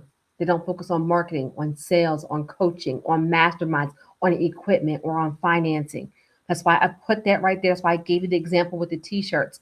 If I was somebody who was making t-shirts, right? I'm just giving you an example for the purpose of you being able to picture in your mind how this can relate to you, right? Because all of you on here do something different. So you're making t-shirts on your own. You got some business credit. A wise use for business credit, if I was somebody who made t-shirts, is to maybe get like a machine that's going to help me do it better quality and faster. That's how I can get a return so I can pay back off that machine and then I keep on growing and growing and growing. That's how wealthy people leverage credit into things that's going to be income producing and bring a return. Okay. So knowing where to actually get the money is part of that process. Now, principle number 7, create a family wealth system, right? You're part of creating legacy on purpose. This is a big one. What does it say at the bottom? No more fish fries. Somebody put fish in the comments. Somebody put, look. Somebody put fish in the comments. We almost done, right? But I ain't rushing this because this is for somebody, okay? Because somebody's going to watch this back and they're going to make some money, okay? Somebody put fish in the comments. No more fish fries or GoFundMe when somebody dies. And I'm saying it just like that. I'm saying it just like that. We are wealth builders on here. Let's put fish in the comments. Even though I do love me a good fish fry. But I just don't want to be because somebody passed away and we're not able to do what we need to do for them. Look, come on, somebody. Teacher, come on, somebody. Hey, Charlotte, look, you said, come on, somebody, right? No more fish fries, no more GoFundMes. Going into 2026, part of your money mindset, guys, is that we're doing all this to build wealth. We want to protect the wealth. We want to build legacy the right way. We want to lead by example. We want our wealth to go to the people that we want it to go to. I talked to somebody, I'll say this last month, that they had a house that was like owned by like their grandparents, and they wanted the house to go to that person. But when the grandparents passed away, there was no will. There was no will. There was no will. So that property that was supposed to go to that person went to the next of kin who was not that person. And now for that person to stay in that property, they have to pay rent. That was supposed to be their house. It was supposed to be their house. The person who owned the house passed away with no will. So therefore, it could not be left to that person. It went to next of kin. Nugget here. When you pass away with no will, then all of your belongings go in order of how a distribution is based on your state. If you want certain things to go to certain family members and friends, and mind you, everybody may not own real estate. You still have value. You might have jewelry. You may have books. You may have artwork. You may have certain kinds of collections. You may have gold. You may have, like, there's different things. Look, come on, somebody, right? You said no more fish fries. I'm being real, y'all.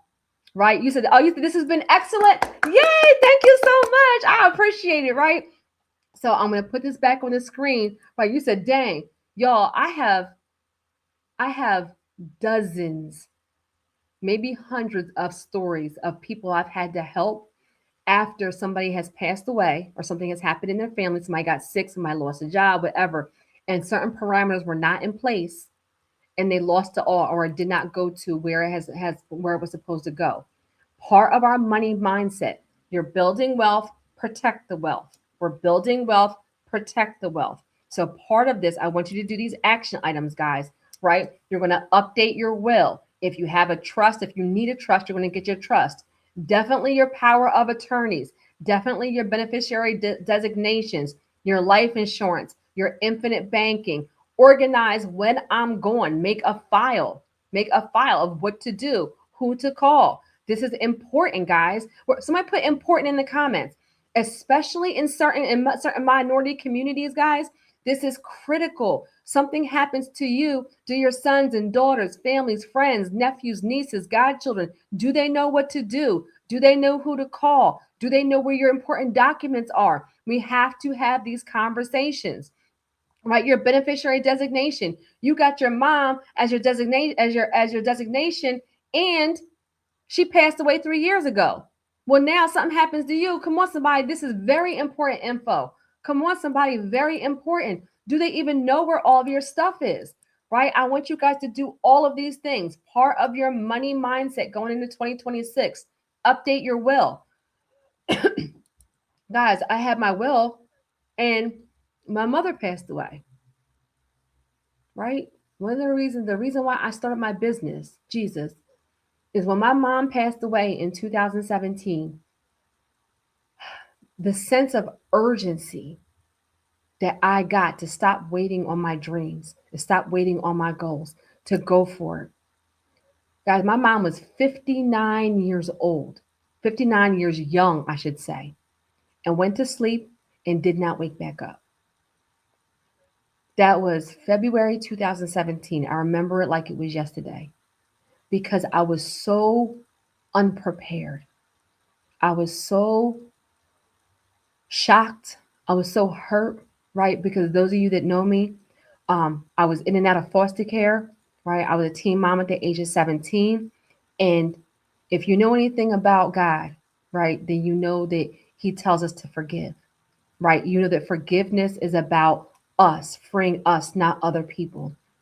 So even though I had a really bad relationship with my mom, right, when I was younger, I was in and out of foster care because she struggled with addiction, right? I'm going to be real with you guys. And so my upbringing was very, very rough. And so I was very jaded, angry, mean, hurt, confused a lot of the time, upset. I had a lot of turmoil. But when I had my son when I was 17, right? Look, rest in peace, Miss Donna. Thank you, right? My mom's name was Donna. When I had my son when I was 17 and I became a mother, it changed my perspective. And I just said, I don't want to walk around so angry all the time. I don't want to walk around so mean and so hurt and just pure chaos my life was back then. I'm being real with you guys for a minute because you need to hear this because this stuff is important. And so I forgave my mom for everything that I had been through in and out of foster care. I forgave my mom years before I ever even reconciled with her. And then when I tell you God is the best of all planners, when that weight was lifted off of me, it allowed me, Jesus, I'm not going to cry. I didn't even mean to go here.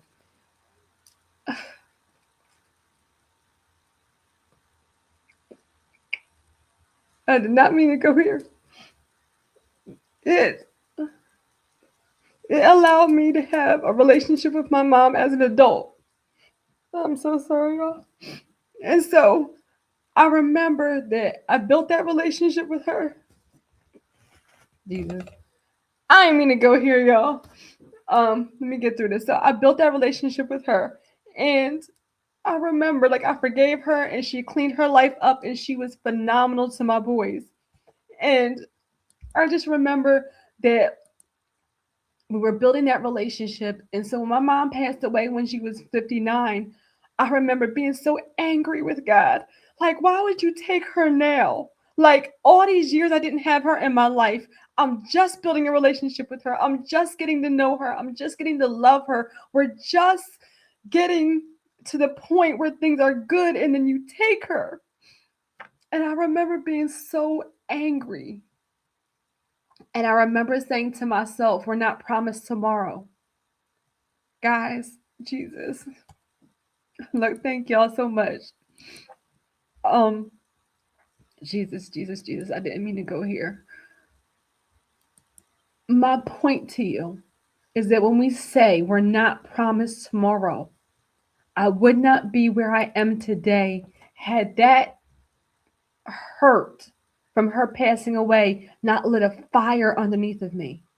She passed away February 2025, 2017. And I remember I had made my mom 3 promises. I said, Mom, I'm going to buy you a house.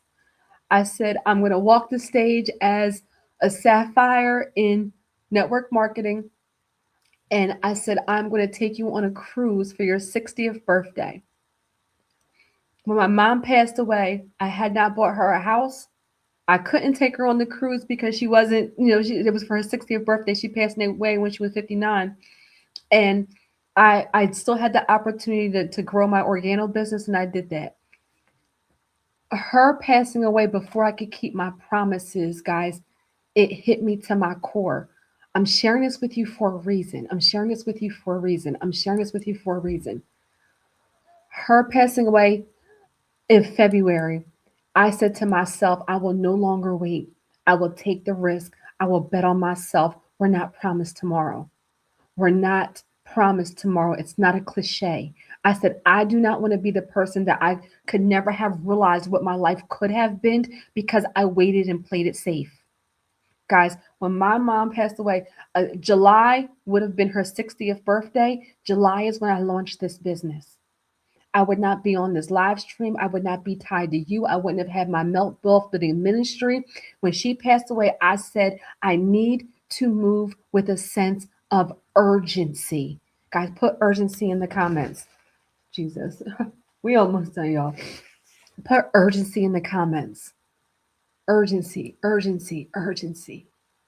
It made me move with a sense of urgency. I have been able to go international. I have an international brand now. I've been able to meet all of you because I moved with a sense of urgency after after devastation, after something that traumatized me, after something tragic happened.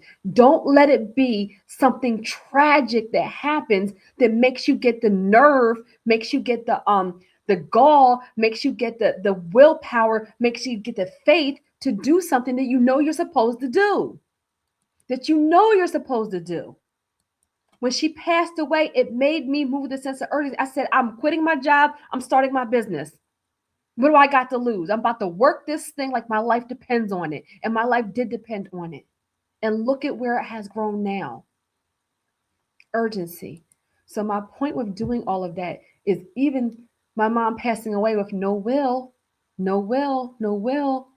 it took a lot for me to get through that as a only child, no family, right? I said I was in foster care. So father already passed away. I have no brothers and sisters. It's just me. Going through that process, and she had no will, was a lot. I got through it. I got through it, but it made me move with a sense of urgency. So the point to this step right here, I didn't know God was going to take me there. Thank y'all for Jesus for rocking with me through that. The point right here is that this step is important. It's not about you. It's about the people that you love.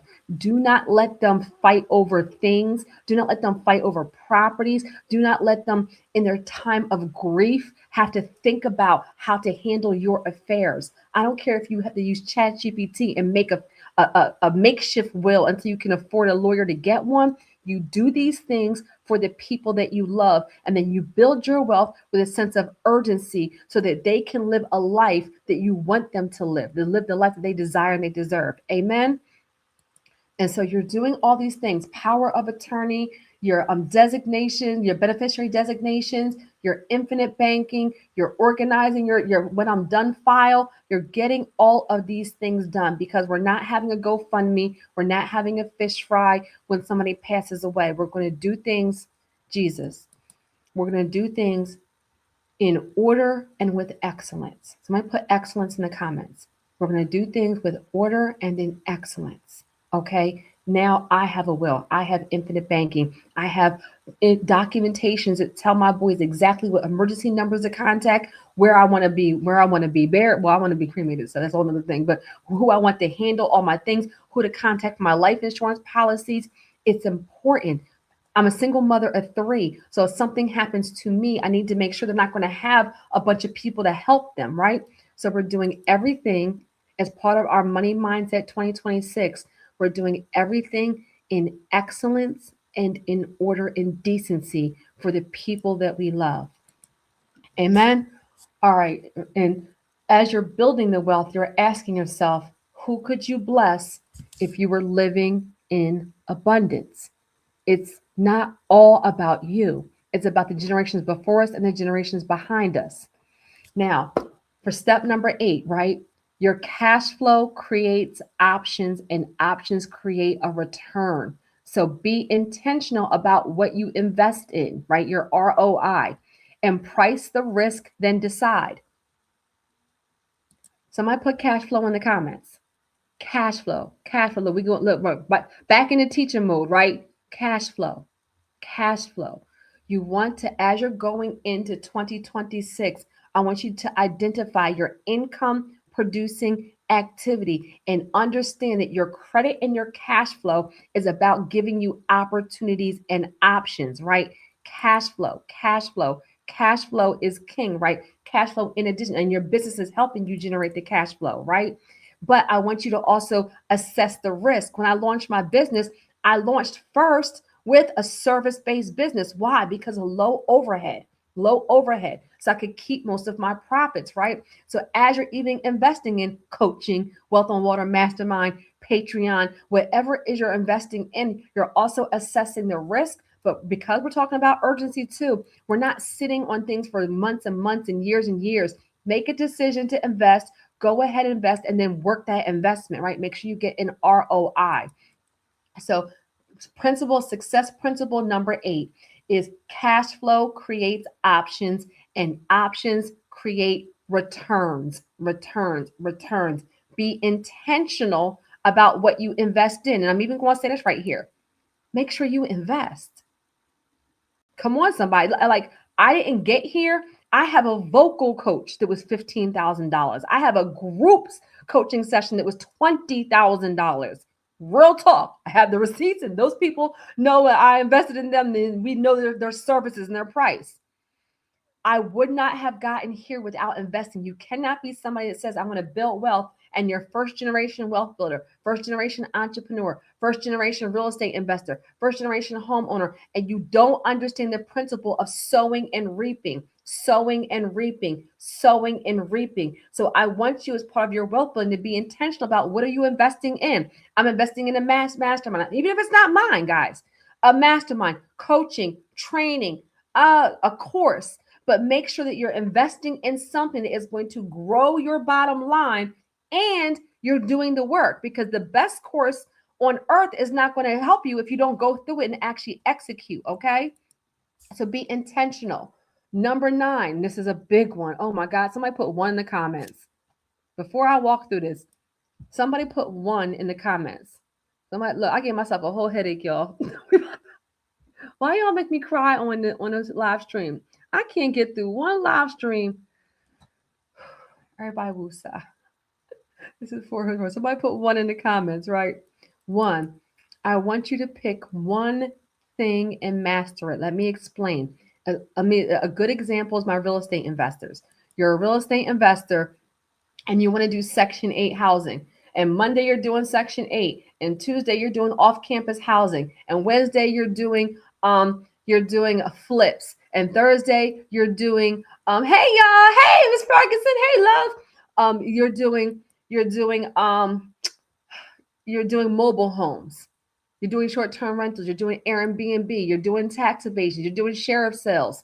Pick one thing, master that thing, get it to the goal that you set, and then you pick something else or you continue it. But the people who are wildly successful pick something, master it, and continue to do it and grow it and scale it. Pick something, master it, grow it, and scale it. Some of you are doing too many things. That's why we have not reached our money mindset goals, our financial goals. I don't want you to be mediocre at 10 things. I want you to be excellent at one. So pick something that you want to do and master it. So it goes back to the basics. What is your knowledge, skills, and experience? What have people paid you for before? One thing. And I always talk about incorporating the thing you love to do, right? Whatever it is that you love to do, your side hustle, incorporate it so that you can build your wealth and build your business credit and build your empire, right? And we all are business. Somebody put all in the comments. We're all business owners. We're all business. Some of us just have not incorporated it and worked it like a business. So some of you guys do babysitting, you hair, you do lashes, you're a personal trainer, you're a coach, you're a musician, you're an interior designer, you sell clothes, you make dinners, you bake cakes. We do all of these things, guys. Incorporate the thing you like to do. That means register it with the state. Look, we are all business owners. Come on, Mikkel. You still on here, Lola? Come on, Mikkel, right? We're all business owners. Let me just say this right here, right? If you work it like a hobby, you'll have hobby money.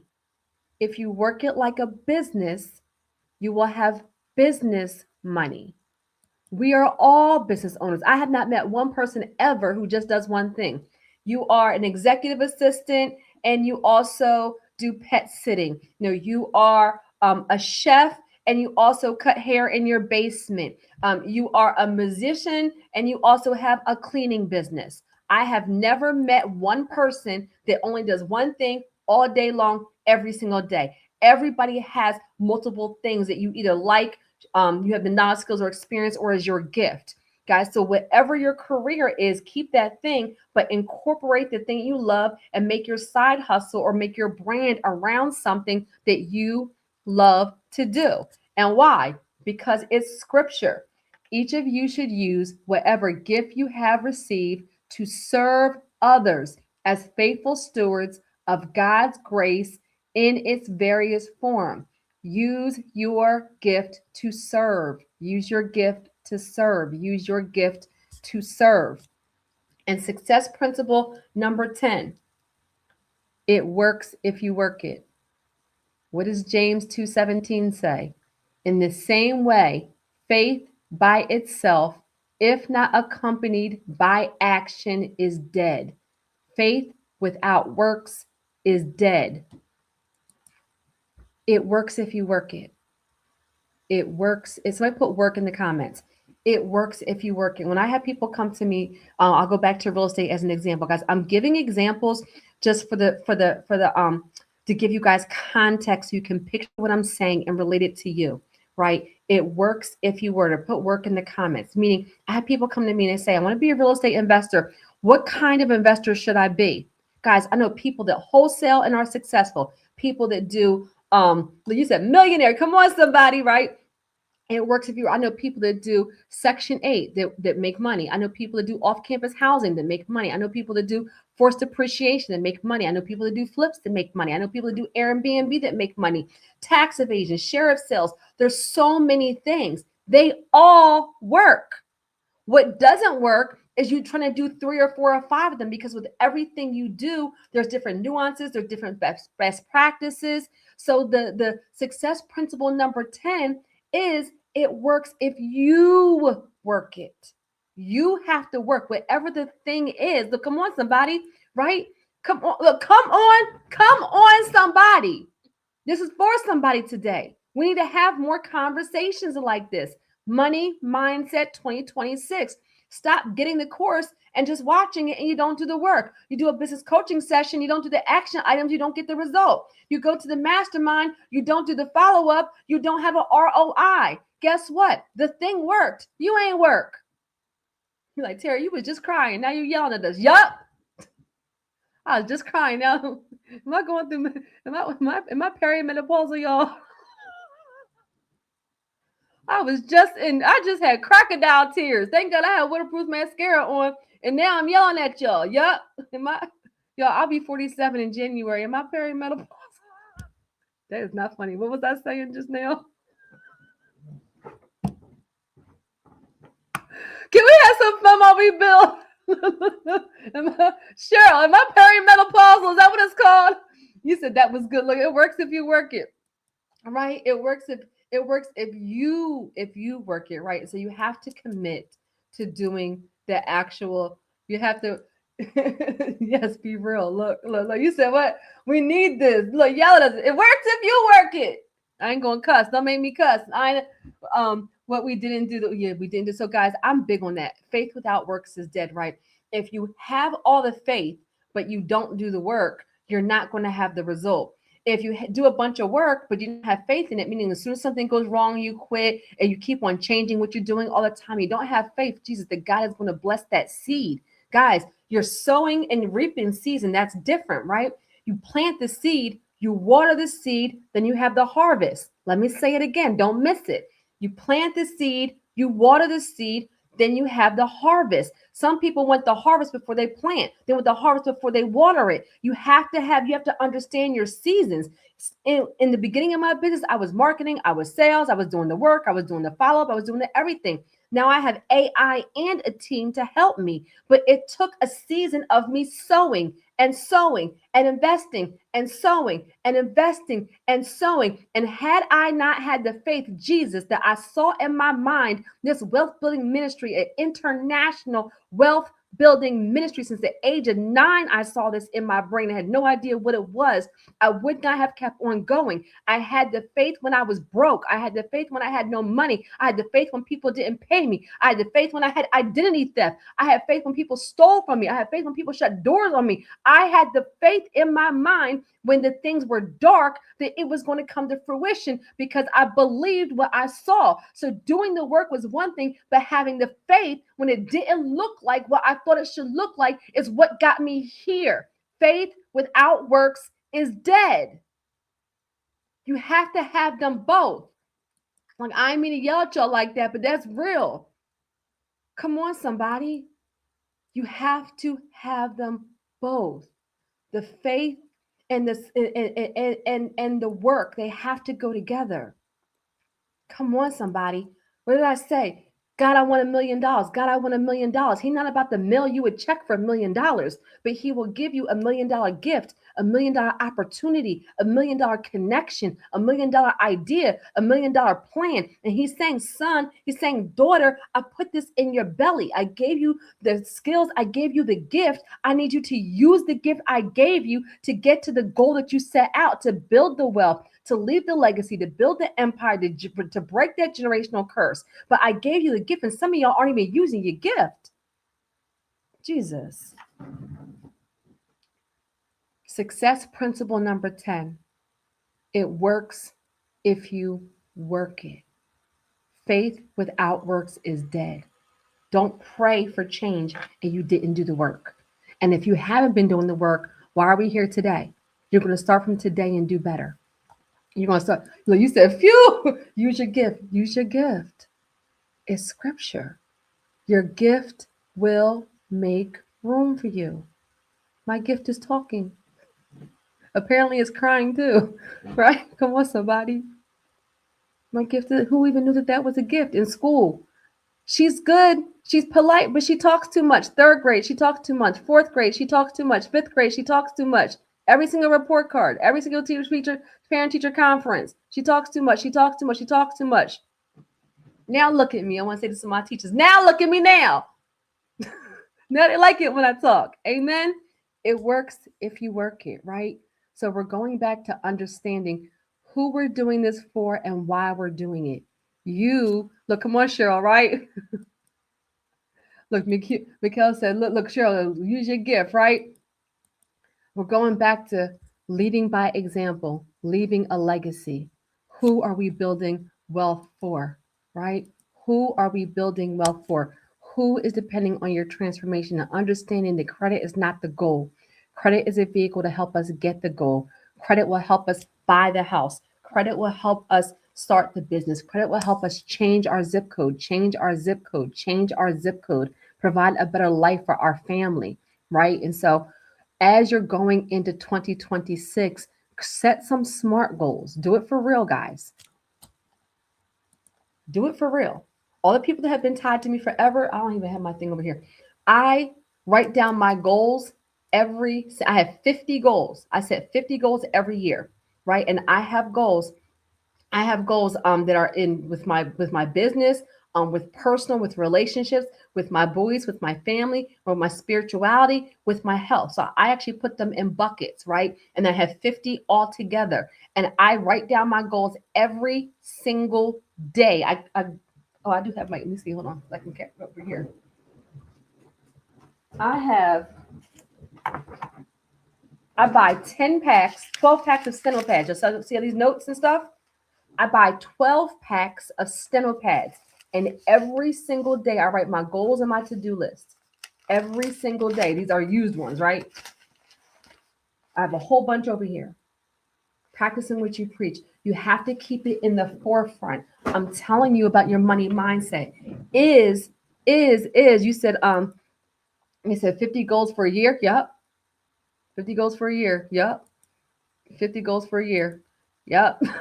Now, mind you, some are big and some are small, right? Like a goal that I had for this year was to get my boys' driver's license and to get like something about family was like to get their passports. You know, I had some financial goals for myself. I also had to redo my will, right? I changed some things around with my business, right? So some are big goals, big audacious goals, and some are things that I want to make sure I get done by the end of the year. They are important, right? But even in my spirituality, sometimes it could even be like with my walking. One of my goals was like, walking 10,000 steps a day, right? And so in all those different areas, but yes, 50. Yes, 50. And to be honest with you, Cheryl, right? You said, okay, look, that makes sense. Why I sit like that? Things that I need to make sure I get done. And when I be very honest with you, when you go back and you look at them and you start to see that you're crossing some off, not only the sense of pride, not only the sense of belief, like your belief goes up, but your life starts to change. But some of y'all didn't notice, I'm still a thick John. I'm from Philly. Shout out to all my Philly people. I'm still a thick John, but I lost over 30 something pounds this year. 10,000 steps a day, drinking my water, intermittent fasting. That's it. I set a goal. I put some parameters in place. I started doing those things. Was it drastic? Like I did? Oh, no, I did it slow and steady. Slow and steady wins the race. Slow and steady wins the race, right? Slow and steady wins the race. So 50 goals for the year. Now, am I telling you guys to write down your goals every single day? No, that's extreme. Why? I'm an extreme person.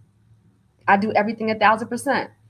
Look, you say, yes, you look great. I know. Oh, you noticed? Yo, and I go back and I see my old videos and stuff. I'm like, come on, somebody. All right, let me leave it alone. I still got more work to do, but I made progress, right? But I hit my actual goal. But the point, guys, is that say that you need to write down your goals every single day? Probably not. I'm extreme. I ain't gonna hold you. I'm extreme and I have extreme goals. But at least maybe once a week, maybe every Monday you write down your goals, right? Every Sunday you write down your goals. Maybe you set 10 for the year, right? You don't have to use, I'm telling you guys what I do. You don't necessarily have to do what I do, but I do want you to write down your goals. I do believe you should have goals in different buckets, right? So maybe write, three, two for health, two for finances, two for credit, two for business, whatever you want to do. But yes, write them down. Yes, revisit them often. And I mean that. Maybe it's once a week, maybe at the very least once a month. But if you want to stay focused, if you want to be a multimillionaire, do what multimillionaires do. That's a nugget. You want to be a multimillionaire, do what multimillionaires do, especially when they're in their stage where they're growing and growing and growing and they're still scaling. They are having things in the forefront of their mind. You'd be surprised the small things that people do behind the scenes that have equaled massive, massive results. And one thing I know, I say it in Patreon all the time, is clarity drives results. Clarity drives results. Clarity drives results. So writing down your goals is part of what? Clarity, focus, removing distractions, paying attention to money making activity. Okay.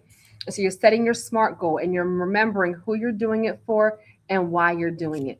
Who you're doing it for and why you're doing it. You said, amen. Look, you say, Cheryl, you said, amen. Write down your goals and revisit them often. Do what millionaires do, guys. That was, shout out to Suleiman Rahman, one of my very, very, very, very first mentors when I was in network marketing and I was trying to grow that business. And it taught me so much about sales, about marketing, about understanding what your clients need and want. Shout out to everybody who's still on this, on our money. Has this been helpful for y'all? Shout out to everybody who's on here. Like, come on, somebody. I just loved it. But one of my very first mentors, Suleiman Rahman, when I was building my network marketing business, which was the precursor to this business. And I remember he was already a successful international leader, multimillionaire. And I remember I said to him, I said, I want to learn, like, how can I grow a business like you? And he's like, well, I'll coach you and I'll teach you and I'll tell you what you need to do, but you need to do the work. I remember when he started telling me, like, write down your list of 100 and go to leadership training and all these things. I was like, that's a lot of work. Like, I got to do all that. Like, what? And he was like, if you want to be a multimillionaire, you have to do what multimillionaires do. He said, you asked me how I got here. Come on, somebody. I'm about to preach real quick. He said, you asked me how I got here. You asked me what I did to grow an international brand and be a multimillionaire.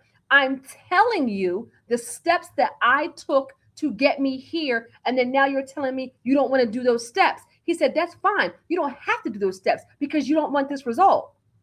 If you want this result, then these are the steps that I took to get here. It struck me to my core. He's the one that first said to me, and I say it to you all the time, you have to be coachable and trainable. Coachable and trainable. When you ask somebody how to get a result who has that result and they tell you what they did, then you're like, well, I don't want to do that. That's too much work. Well, that's cool. You don't want the result. Back to yelling again. Coachable and trainable. I can't tell you how many times I get on coaching sessions and people just tell me everything. And then everything I say, oh, but I don't think I can. No, but this, but that. Well, what did you invest in a session for? If you got all the answers, I'm being real. If you got all the answers, why did you invest in coaching? I just sit back and listen. Coachable and trainable. Yes, it looks like a little bit of work. If I have to hustle and do a little bit of work, come on, somebody. If I have to do a little bit of work for 2 to 3 years, 5 years maybe, can I do hard work for 1 to 5 years to change my life, to change my children's lives, to live the lifestyle that I desire and deserve? The answer for me is absolutely I can. Absolutely, I can. I talked in Patreon about how I'm here in the morning when my boys leave for school and I'm here in the afternoon when they get home. I'm a single mother of 3. I'm a minority female that was in foster care. I was a teen mom at the age of 17. Both of my parents were addicted to drugs at one time, which is why I was in and out of foster care. Do you understand how priceless it is that I'm able to provide stability for my boys? So when they tell me these are the things you needed to do, I'm not thinking about all the hard work that it goes into that. I'm thinking about the fact that I'm trying to change the reality for my boys. I'm trying to change their lifestyle, change what they see, change their experience, give them options and opportunities that I did not have. So I'm going to get it out the mud. I'm going to do it on the muscle. I'm going to grind hard because it's on me. Nobody's coming to save me. That's where I got participate in your own rescue. So how dare you ask somebody to help you get there, then they share with you what they did, and then you don't want to do what they did. You cannot be mad if you don't have the results, if you don't do what they tell you that they did. It works if you work it. I mean to go off y'all, but coachable and trainable. So that's where I got that from. He is and still is a multimillionaire. Everybody, shout out to everybody on Wealth on Water who actually met him. But he's the first person that shook me, not physically, right? But shook me as an adult and said, Terry, you can't say you want these things and not want to do the work required to get them. You cannot say you want these things and not want to do the work required to get them. Either you want them or you don't. You don't have to do the work. You will not have the result.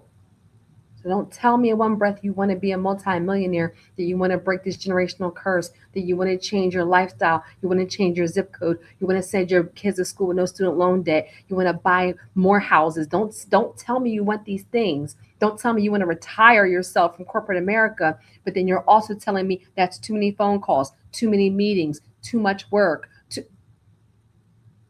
reading too many books, too many affirmations. Come on, somebody. So you have a decision to make. How bad do you want it? How important is it to you? Because your actions are going to dictate your outcome. Let me say it again. Your actions are going to dictate your outcomes. I'm being a little bit rough right here. Why? Because we need it. We're all adults.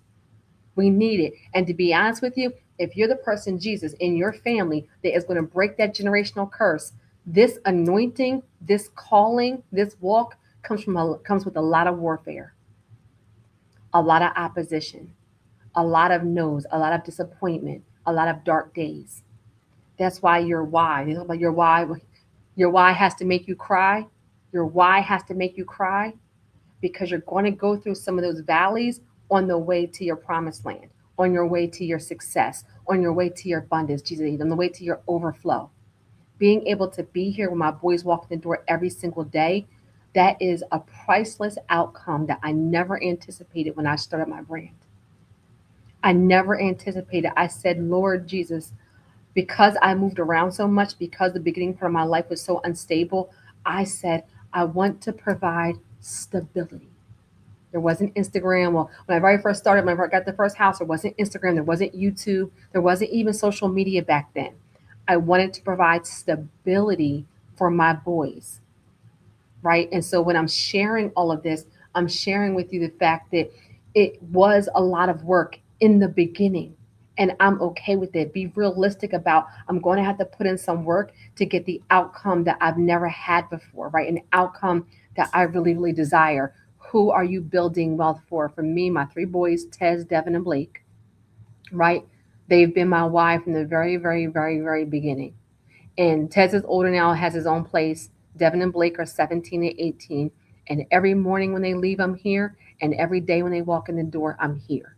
Because I've been able to create the lifestyle that I desire and deserve for them, right? A good man leaves an inheritance to his children's children, to his children's children. You're not building it just for you. You're not building it just for your kids or your nephews and nieces, and you're building it for your bloodline. You're building it for your bloodline. Amen.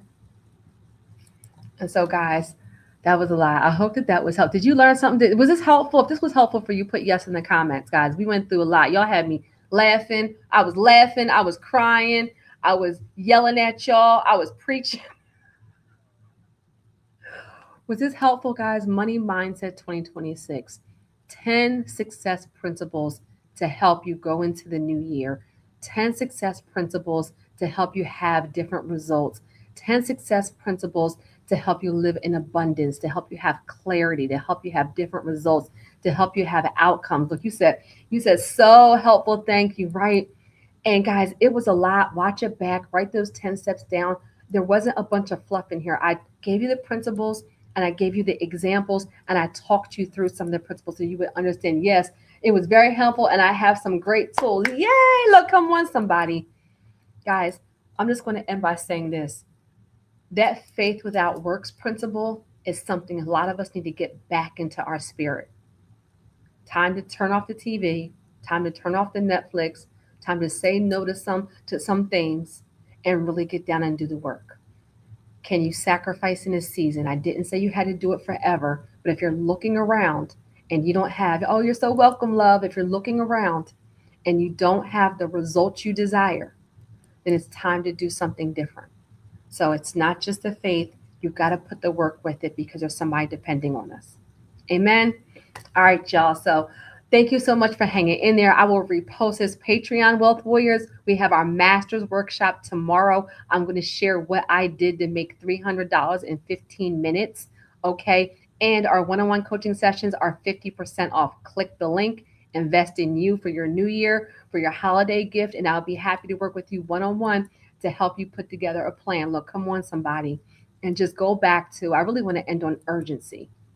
Right? I ain't gonna cry again, but I want to end on urgency. Don't let it be something catastrophic that happens that makes you move. Move now on purpose. Move now and be intentional. Move now because it's that important to you. Move now because you're tired of being stuck. Move now, not when there's a catastrophe, not when there's devastation, not when there's trauma. Move now. Amen. All right, y'all. Have a good night.